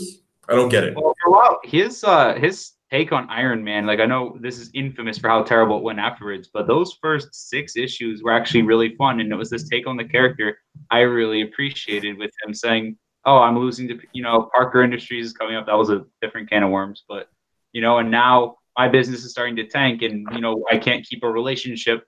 Maybe I really am the problem. And, it's time to take a step back and, kind of put a new perspective on things. And it was a really cool idea. I loved it at the time. And I'm embarrassed to say that back in 2015, I actually used to say, oh, I love Bendis. And little did I know how much he would, Well, here's your first clue. That's Demon in a Bottle. I guess Marvel is nothing if not good at recycling. I mean, that's what that story is. That's Demon in a Bottle, just without alcohol. What about infamous Iron Man? Bendis' thing with Doom. Dr. Doom stuff. Yeah, he had his mitts on Doom for a while. Yeah, I haven't read a lot of it, other than I think that idea is stupid. Dr. Doom's Dr. Doom. Why would you mess with that formula? That's like saying, oh, let's. It's kind of like you gotta appreciate is like the concept art. Yeah. What if Darkseid was Batman? What if you just decided to give me all of your money? Let's go with that.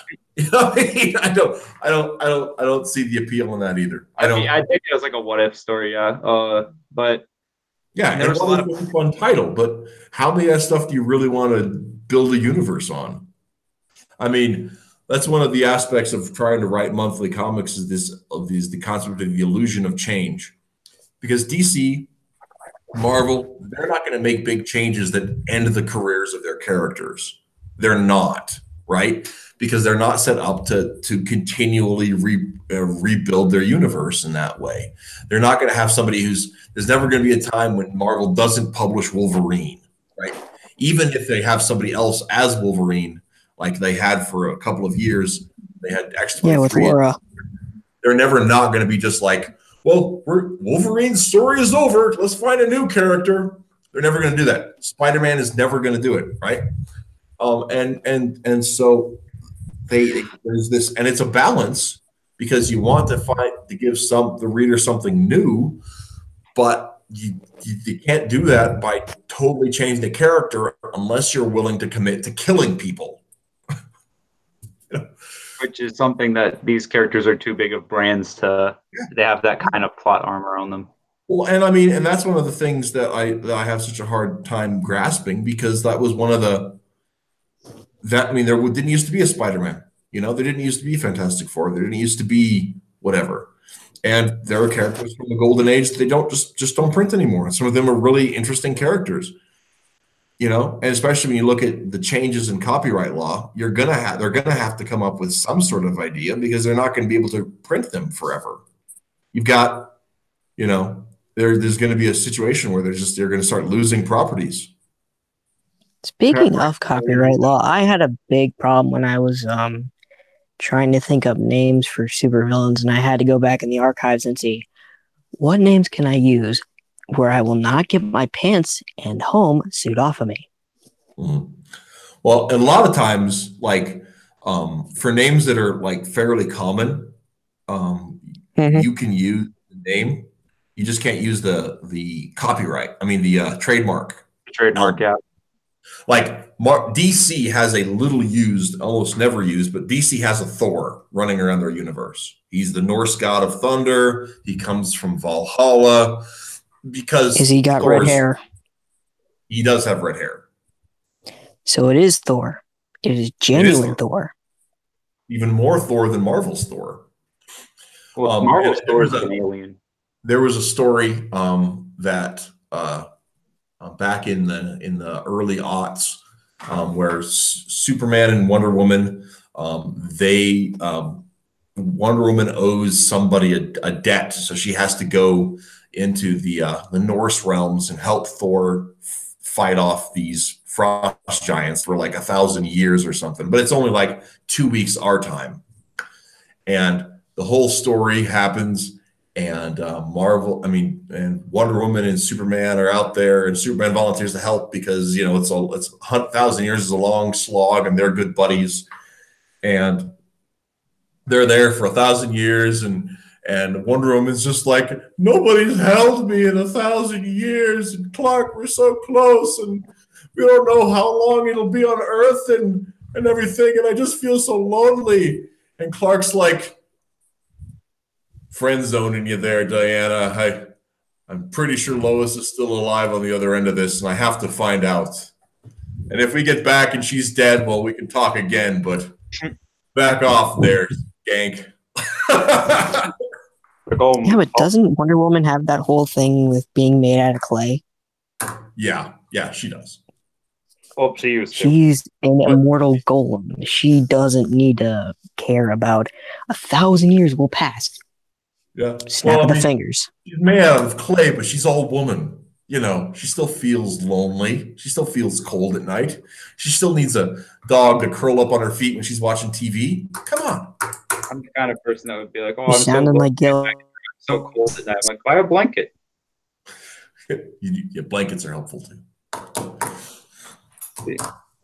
I'm saying Aquaman movie. Husband of a middle-aged wife here too. So take that into consideration. Oh yeah. So other things about the Aquaman movie, I feel bad that I love all these like bits of discussion we're having about the DC universe and how we feel about a lot of the changes. But when it comes to Aquaman, like, you know, So we here's need the to thing. talk Aquaman. We'll go a little bit. We'll do a little bit of history lore. But first of all, and this is one of the things that I want to talk about. So Aquaman was originally created to be a happy, gregarious, welcoming version of Namor, of the aquatic superhero. As you said an hour ago. Right, as I said an hour ago. That's only been half an hour. Brett only left a half an hour ago. Calm down, Scott. Come on. Much better version of Namor, speaking of which. Well, I think they become different characters because they're different motivations. And actually, one of the interesting things about it too is Aquaman in his current incarnation is pretty well adjusted, and he's a pretty gregarious guy. He was raised with a father, right? He was raised with no mother for most of his childhood, but he was raised with his father, and his father taught him how to be a man. On the other side of it, Namor was raised without his father, by his mother, and he has all of these weird daddy issues. So it's a little, that's interesting. That and Anyway. he doesn't. I'm sorry? Namor doesn't have a Mera. From what I remember. There's Lady Dorma, but it's because he's part of the palace system.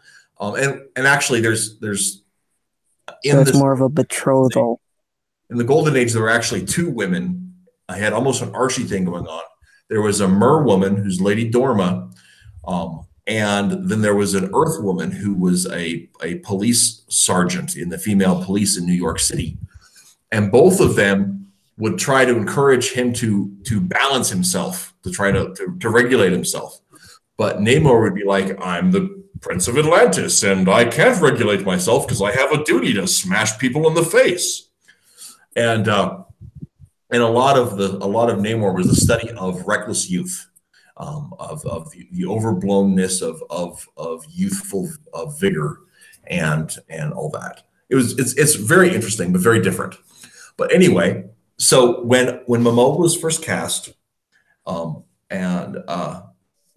there was, I don't want to get too much into it, but the more I saw about the movie, a lot of Aquaman fans were really nervous because Momoa is such a bro, and people were afraid that he was just going to be Aqua Bro, and it was just going to be kind of this doofy thing. But that never bothered me, and I couldn't figure out why that didn't bother me at all until after I saw the movie for the second time, and I'm sitting there thinking about it, and I was like, Aquaman was always supposed to be a bro. Maybe not like a ball cap or Chad bro, but he was always supposed to be the gregarious and the welcoming and the loud, boisterous personality that cheers everybody on together and all that kind of stuff. Like the scene in the movie at the bar, it starts off this confrontation and ends up with everybody having a grand old time. And that's Aquaman.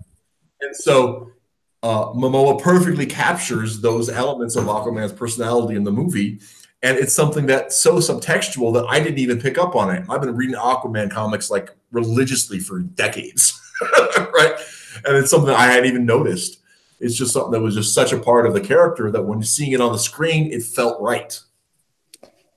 The only problem I have with the movie is he's practically dragged by the seat of his pants down into the murky deep and then all across the globe, just basically jotting the globe and then thrown back into the ocean by basically Mera grabbing his belt and just tugging him along the entire way. Because Atlantis's politics are screwed up, and you're pretty much the only way we have out because we don't have enough to form a resistance. Right, and that's actually something that is true to the comics too. In the original Golden Age comics, Aquaman, in the original Silver Age comics, when it was revealed when it was changed that Aquaman's mother was an Atlantean princess, because that wasn't part of the Golden Age continuity. But when that was changed, Aquaman still kept his distance. He was raised by his dad on land, and he didn't really want to be part of the politics and everything else. And after he and Mera had met is when he started getting involved in Atlantis. And Mera wasn't tied to Atlantis in the same way. That's one of the continuity things that's changed. But that was part of it, is that he gets pulled into caring about the city as he's being pulled into as he's being pulled into this relationship, and as he's growing from being just a bachelor on the oceans to being something more than that. And the thing I really like about that aspect is because there is a truth in that one of the reasons we have civilization, this is going to may sound condescending to the ladies out there, but men built civilization to impress women, right? Men invented poetry to impress women. Men built houses to impress women. Men developed cars and automobiles to impress women. We have society to impress women. I mean, that's what it is. Because all left on our own, guys would just be living in caves, throwing rocks at each other and hunting all the time. I mean, when you get a bunch of guys together, you know, it always devolves into, you know, burp contests and, you know, who can spit their watermelon seeds the farthest, you know. So a better way to think about it is women are the reason for society.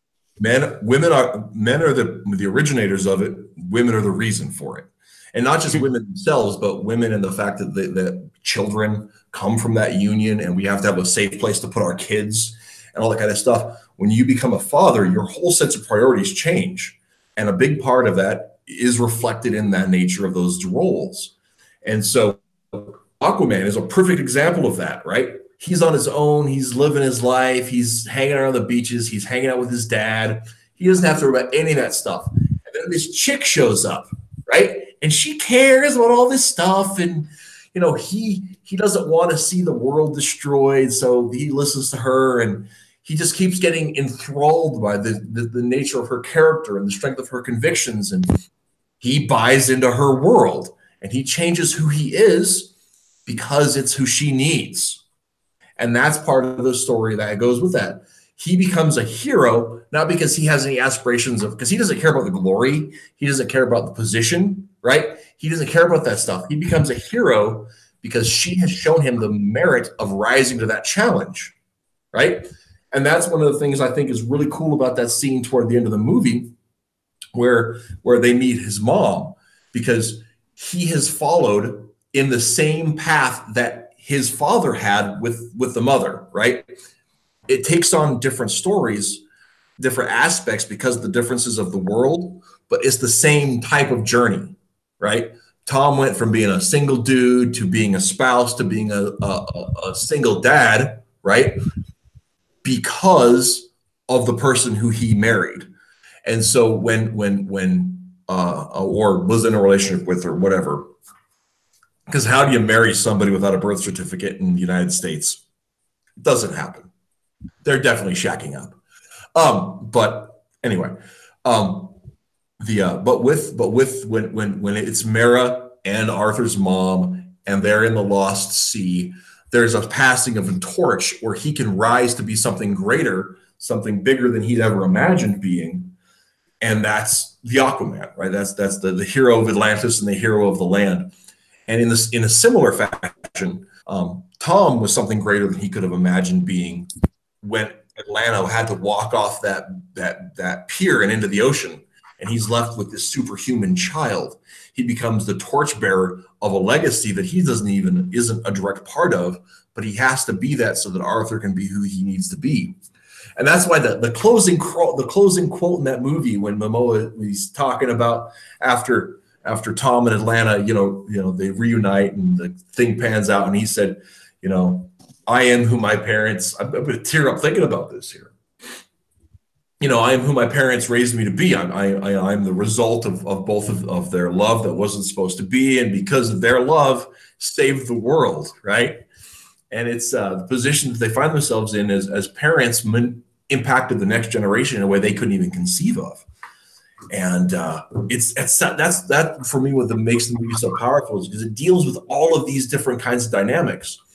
And back to the Silver Age Aquaman comics, they dealt with a lot of those same kinds of issues in just Aquaman and Mira's relationship about you know, the free will nature of relationships, but that there's still this commitment and dual ownership that goes on. And they wrote about them in this context of comics for 7-year-old girls, right? I mean, 7-year-old boys can enjoy them too, but the vocabulary dealt with these really complex issues in a very simple fashion. And the movie captures that too in the scenes on Sicily between Aquaman and Mera, and between, excuse me, all Like the with stuff the going on, roses. and even them riffing each other, even when Mera starts, you know, giving him crap about coming up with this plan out of Pinocchio, and he's like, I saw the movie, you know, even that kind of a thing was it plays into that the relationship dynamics and the importance of all of that. And I just loved every bit of that movie. My favorite, like I'm I a said, real sap, but I loved it. I loved a lot of the translations from comic book to particularly the villains, like Ocean Master himself. I had two friends there. I had one that loves Aquaman, and I had one there that doesn't really know anything. The one that didn't really know anything, he was laughing the whole year. He was laughing at, you know, Ocean Master and Black Manta, like their costumes, and I was just really happy to see them because it looks just like I pictured. Especially Black Manta, who we've already talked about being a character I really, really like. He did it. What was it? Abdul Mateen or Yahar Mateen, I believe is the second. Yeah, I think so. I'm sorry if I butcher his name. I do remember kind of seeing. Wait, there was a first one. This guy is the sequel. I didn't watch that one. What? But anyway, he like I was very, very kind of wowed by him and really the special effects department, because like I said, they brought it to life, and that was kind of the reason for these movies, because I love that character. Yeah. Well, and like one of the great things about it were like little touches. Like in some of the stuff I noticed first viewing, like the camera would shift in a way that or they'd have an effect on the film or whatever that would make it look wavy, or sometimes the water seemed thicker than other times. And I thought that was really cool. But second viewing, I noticed that they even had like fish and sediment swirling around people. So you'd actually see stuff suspended between. What I thought was interesting was like little So like pumping the lamp. underwater. The movie, you know, was very accurate with the costumes, but the trench were they were pretty well represented, but they kind of looked xenomorphish, like they didn't have. No. I know exactly what those things are from the trench. Those things are Mirelurk Kings from Fallout. Look them up. Google images. They're Mirelurk Kings. It's a whole trench of Mirelurk Kings. And by God Almighty, the moment I saw them, I wanted to take a flamer to every last one of them, no matter if it worked in water or not. That was something I learned. I didn't know flares worked underwater. Magnesium. Well, with the trench though, one of my favorite things about them, I mean, the teeth are important and everything, but the eyes, like I loved that they had the massive eyes. The xenomorphish design kind of takes away from that. One of the things that I actually disliked about the movie, and this is actually not the movie's fault. This is actually Jeff Johns' fault, right? Before the New 52, like Atlantis had a huge history and this massive, involved, well-documented geography with cities and ruins and all kinds of stuff. And that was one of the things. I love maps. I've always loved maps. So when I started getting into Aquaman seriously, there was all of this kind of stuff I could dig my teeth into. New 52 wiped all of that out. Instead of Atlantis being a continent that had multiple cities on it, that two of them remained, instead of all of the colonies that had been established, none of that is canon anymore. Atlantis goes to being a single city with some post-flood colonies, and then some other stuff that may or may not have played out. And Jeff Johns just gutted the Atlantean mythology that existed for 40 years before he started writing comics. And I am not happy with that. And it also doesn't seem necessary for him to do it, because like, the story he's telling, you could honestly read because, you know, it just feels, with a few exceptions, it kind of just feels like, you know, Aquaman. It didn't really need a reboot to in it. And one of the things that came out, and I've been reading Aquaman monthly for about a year now, and I'm going to forget the writer's name. It's not Johns. It's a different guy. Abnett. Abnett, Danny Abnett. Yeah. And man, he's done a lot of cool stuff with the new. He's done a lot of cool stuff with the new mythology, and I really have loved his take on the politics and the religion and the terrain. And there's a lot of fun stuff. But I've actually picked up a lot of Rebirth Aquaman. I just haven't gotten the chance to read it yet. None of that stuff couldn't have happened in Poseidonis, in the old cities of the old universe. None of that was exclusive to that. It all could have been added on and enriched that universe that place as it was. It would have just taken some editing and creative writing to make all of those things fit. And I don't know. I am not. And then when I first saw Aquaman the first time, I hadn't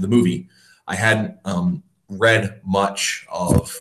I still haven't read much of John's stuff, but except for the first few of the New 52 stuff. The seven nations or seven city states that it talks about in the movie, I was like, okay, seven seas, that's kind of clever, blah blah blah. I didn't make that connection. Now I feel like an idiot. I'm sorry. We both didn't make that connection. Yeah, I guess I got announced today that Johns is coming back to Aquaman in a few months and is going to complete because Jeff Johns? Yeah, Jeff Johns. Oh, that's surprising. I thought he was done with comics. In the comics as they are right now, only 4 of the 7 nations have been revealed. Maybe only 3 of the 7. And so they're going to go back and reveal the rest of them in the next John's story, I guess. Are there really crab people? Because that makes me really happy. Well, maybe. I don't know. I don't know if those were just invented for the movie. I mean, Johns is one of the advising producers. So presumably they've incorporated stuff that he'll include in the comics. Yeah, I noticed that his name was. I'm still just butthurt over that. Just a little bit. Oh, we're getting a lot of lag. Because one of the things like the 2 main cities from the old Atlantis that survived were Poseidonis and Tritonis, right? And Poseidonis was the home of Aquaman's people that are 2-legged, and Tritonis was the home of Lori Lamaris's people, Superman's ex-girlfriend, who's a mermaid. And so they were all mer people, and it had its own separate culture and traditions and history, and they had already intersected in the DC universe. And there have been a ton of really awesome stories written in both places, and those have just been just scrubbed off and ignored. I mean, writers that are arguably better than Jeff Johns, because Jeff Johns is a decent writer, but I don't think he's better than Peter David. I don't think he's better than Sean McLaughlin.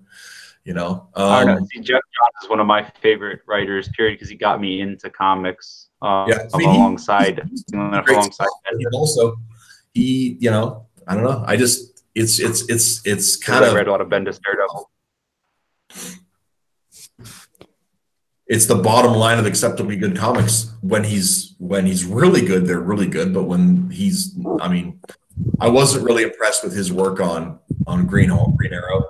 I mean, Green Lantern. The first few just didn't catch me at all. It just was like, you know, you could have left Hal dead and that'd have been fine because there was no impact to it. And bringing Barry back from the dead was, it just was a disservice to everything that his death had meant. Narratively, it didn't serve any good function in the stories. It didn't benefit or change anyone. It just delegitimized Wally in ways that in a lot of ways, I think Johns wrote himself into a corner, and then we'll just, when no one else could do anything with Wally's character or didn't do it poorly, they just do it well. They're just like, oh, we'll just bring Barry back from the dead after 25 years.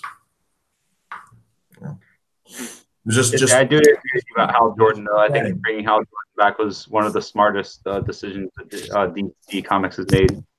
Yeah, well, I can see people thinking that because they hadn't read what made Wally awesome. and there was Wally was a better or hadn't read Barry's old stuff. Wally was a better character. He was more complex. He was more in depth. Everything I've read with Barry and it just rehashes the same points. It's in nothing or tells Wally stories as though they're happening to Barry for the first time. It's a weaker,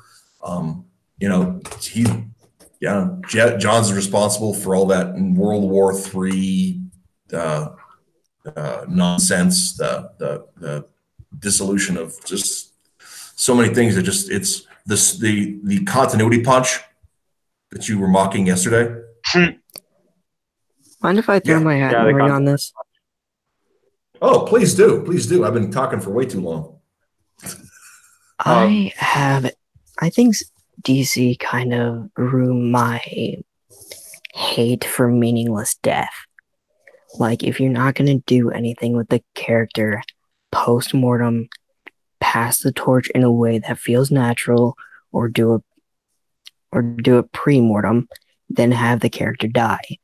But there are some times when a meaningful death, like when a character visits like the afterlife or an astral plane, and we get that story and it expands on that portion of the universe, I see it more as meaningful because through this character's eyes, we see hell, or we see heaven, we see purgatory, we see all of these different places that we wouldn't have seen if they're alive.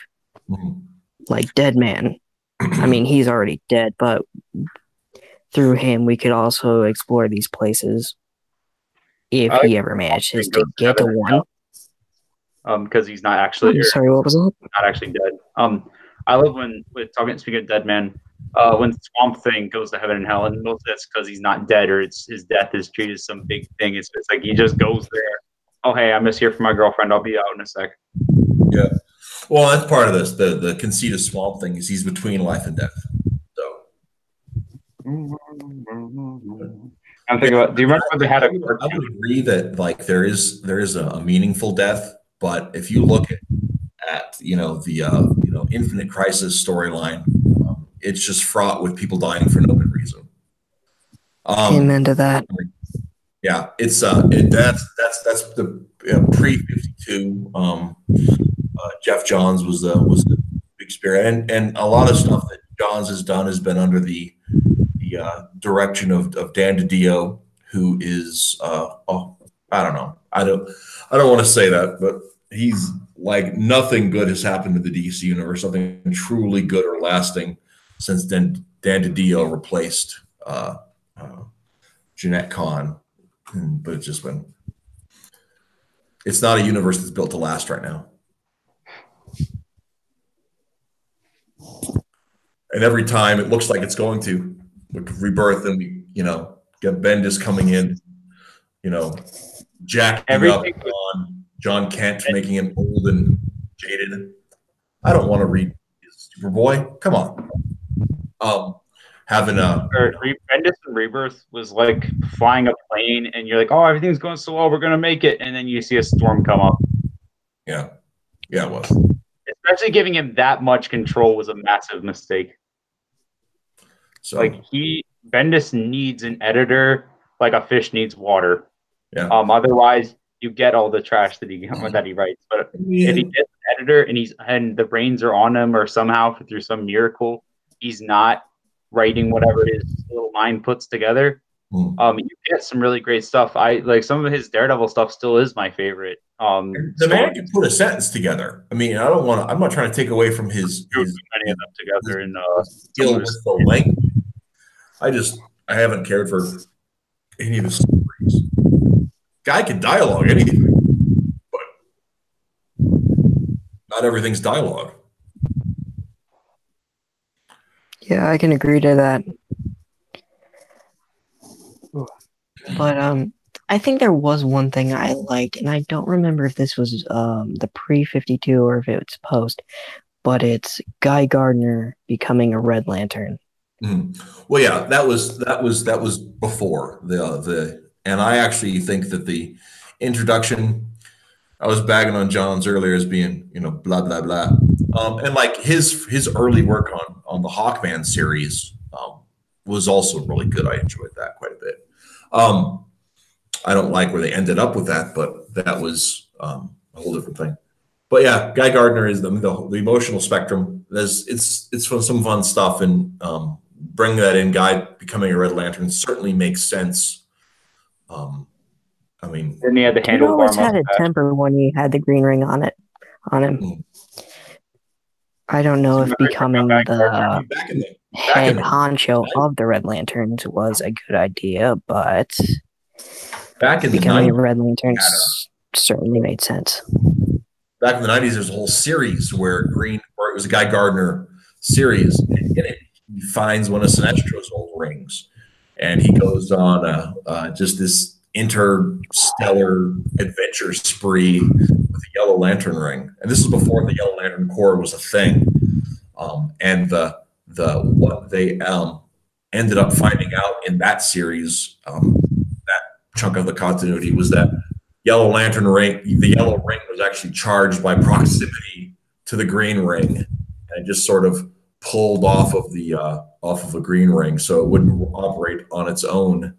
And so it forced Guy into a couple of awkward ups with Green Lanterns, and that was real fun stuff. But that's almost 30 years ago now. So.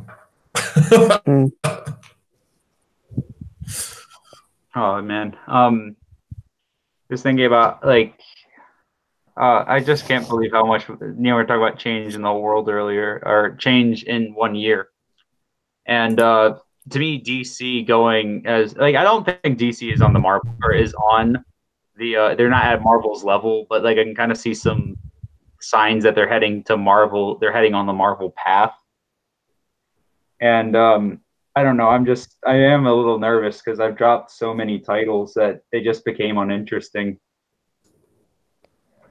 Yeah, I've been trying to pare my reading down a little while because I want to make room for a lot of alternative books. I've just been really I said yesterday on Twitter that Samedi's my spirit animal. And I just so much of their stuff they've been putting out, I've been just enjoying so much that I want to make sure I can get more of it.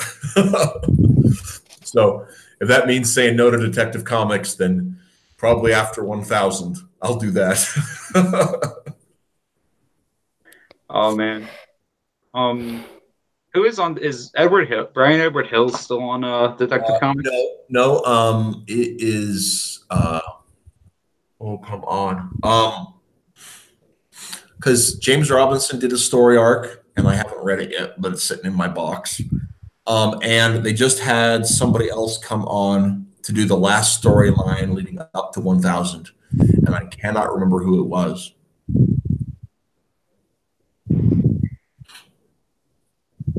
I haven't been as interested in Batman stuff since.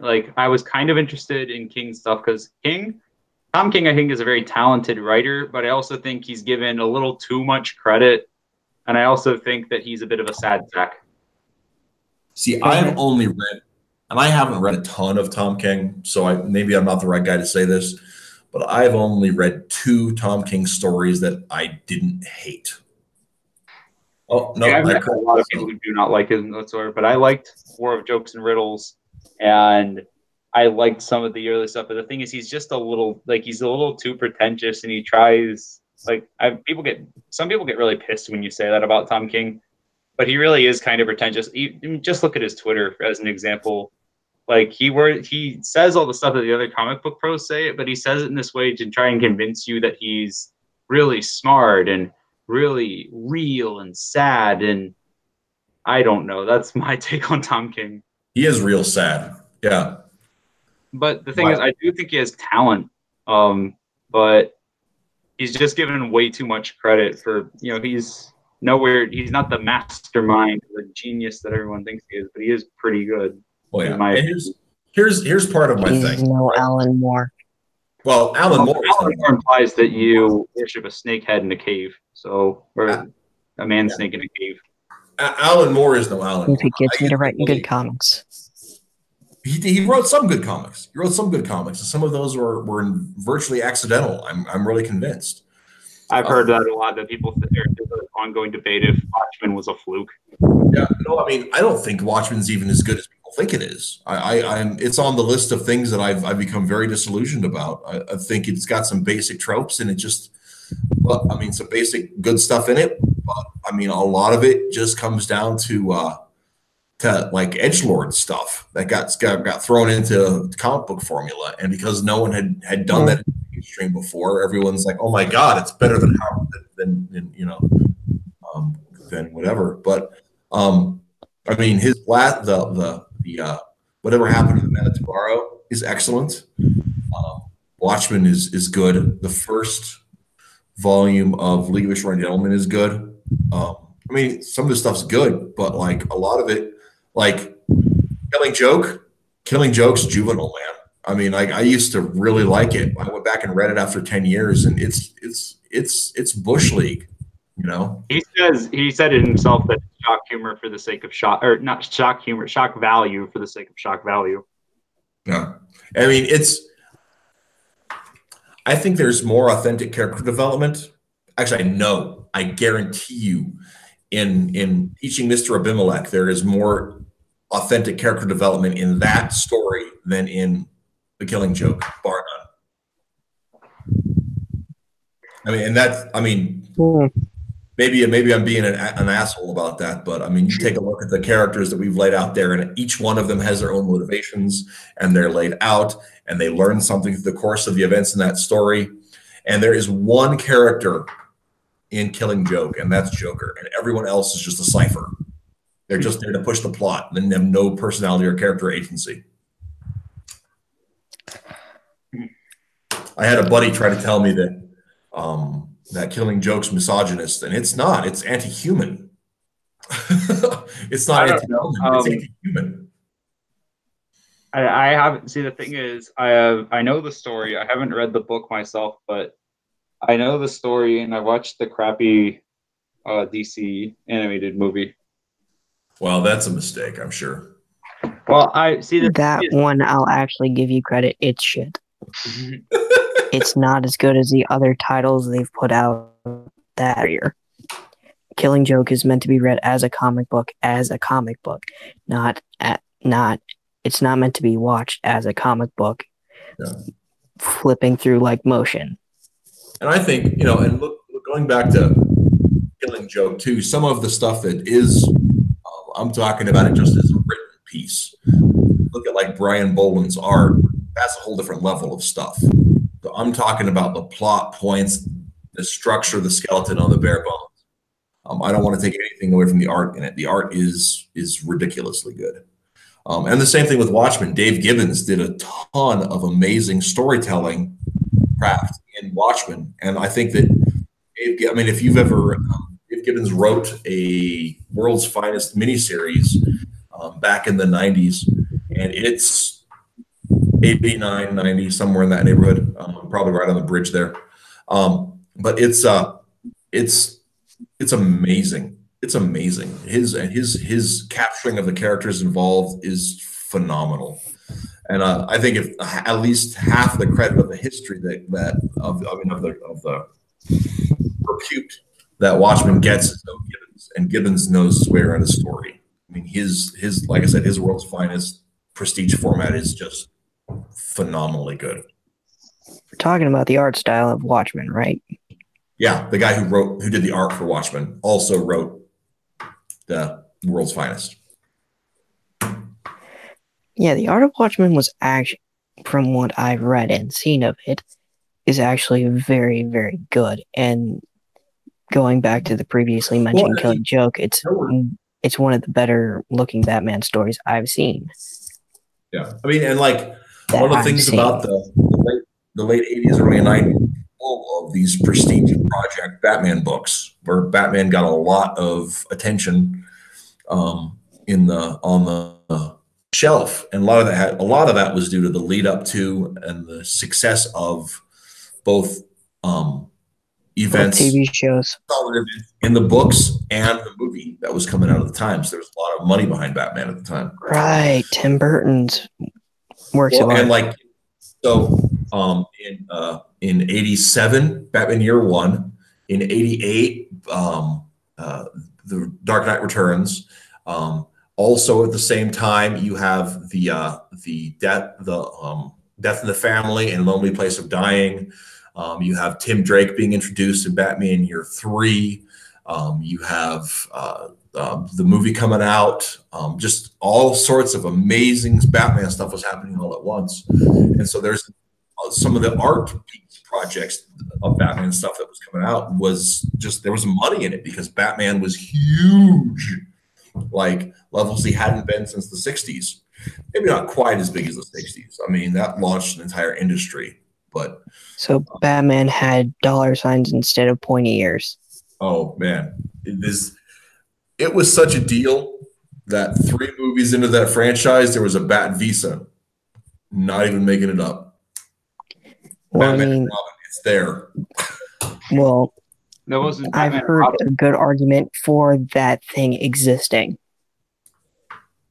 in the first Really? place because of, well, it can be easily assumed that Batman doesn't get all his wealth through Wayne Enterprises, and he actually gets partials of that wealth through shell companies and things like that. And that being the case, he can bring in money and he can sign up for a Visa card and have it personally made and have it shipped to a P.O. box in the middle of nowhere, pick it up and say, yeah, Bat credit card. Never leave the cave without it. Yeah, I I think guess they there's something. Like, you could think about Batman using money. That scene was for a joke, and that movie was the worst thing I've ever seen. So It's the whole thing. It's the whole thing. Well, guys, it is 13 after the hour. It is well past time we should call it wraps. that was a good. I think it was a good episode. I loved in particular having Brett on. That was a lot of fun, and I really loved being able to talk to him about this. Absolutely, absolutely. So to the viewers out there, I appreciate you guys sticking around for us while I go on about how damn old I am. And and let's face it, some of the stuff I talked about was way before my time. That says something about the fact that we're talking about it now. I think so. Quality of it, for the most part. I mean, Batman and Robin. Haven't seen Aquaman yet. Tons of spoilers we laid out there for you. So, whoops. But you should have watched it already. It's that good. I will also say that as I've seen it twice, the second viewing is still really good. I got to tell one last story here. It's a half a story. It's just a fact. I cried more during the second viewing than I did during the first viewing. I'm a big sap. I cry at movies all the time. Going into the movie ahead of time, right? I got into a conversation on Twitter with Nerd Wonder, who was saying that Aquaman's the movie for the ladies, and I said, dude, I don't know. I said, you have the whole story is about a man who goes on an adventure to save the world with his one true love, and then they rescue his mom, his abandoned mom. That sounds like a story that makes a papa's heart proud. As a dad, I'm telling you, my son goes through that. It'd be amazing. I think there's a lot in there for dads to enjoy there. And it was, man. I just think my boys are 17 and 15. They're, a couple of years, they'll be bringing girls home. And I'm just like, oh, my God. It's also something, yeah, I mean, it is something that I enjoyed, as a 20-year-old Spurg. That was all great. Yeah, when I was a young man, I appreciated Aquaman. I associated very strongly with Aquaman's story because I was a young man. I had a young wife. We had young children, and I saw myself in that beginning of his life journey, and in the tragedy of his life. I associated, like, if I lost my children, what would it do to me? How would it affect my? So there's a lot of relationship with that. One of the things that's perfect about this movie, and the movie has the perfect Aquaman backstory. It's absolutely flawless because Aquaman's work brings his parents back together. They give Tom and Ilana the happy ending that their life's built up for. That should be the canon. I mean, they live happily ever after. And Aquaman has his adventures. That should be the dynamic they have in the comics. There's no way to undo it. But that would be really great. You'd be surprised. Yeah, I'm sure they can figure something out, especially if at the end of Doomsday Clock, Dr. Manhattan's like, here's 5 years. Who knows? I haven't followed Doomsday Clock because that was I read the first issue and it didn't keep me interested enough. Yeah. Anyway, but point being, whatever it is. But yeah, that's the thing. As an adult, I look at it from Tom Curry's perspective, that the lonely man on the beach waiting for his love to come back to him, and watching his son go out there and take the world by the horns. I look forward to that for my own kids. So that's something I hope to feel someday. Yeah, well, I'm sure you will. Okay, guys, gotta call it. I gotta go. So, internet, thanks for tuning in. And for Brett, if you catch us later, thanks for coming on. We really appreciate it. And Matt, you asked for Aquaman. I hope you got enough. I'd say we got a decent amount, but probably at least 4 more episodes to talk about Aquaman. Oh, I'm sure it'll come up again. Yeah. Oh, please. If it doesn't get talked at least about 10 minutes per episode, I'm going to be disappointed. Okay. We'll catch you guys later. All right, see ya. Bye.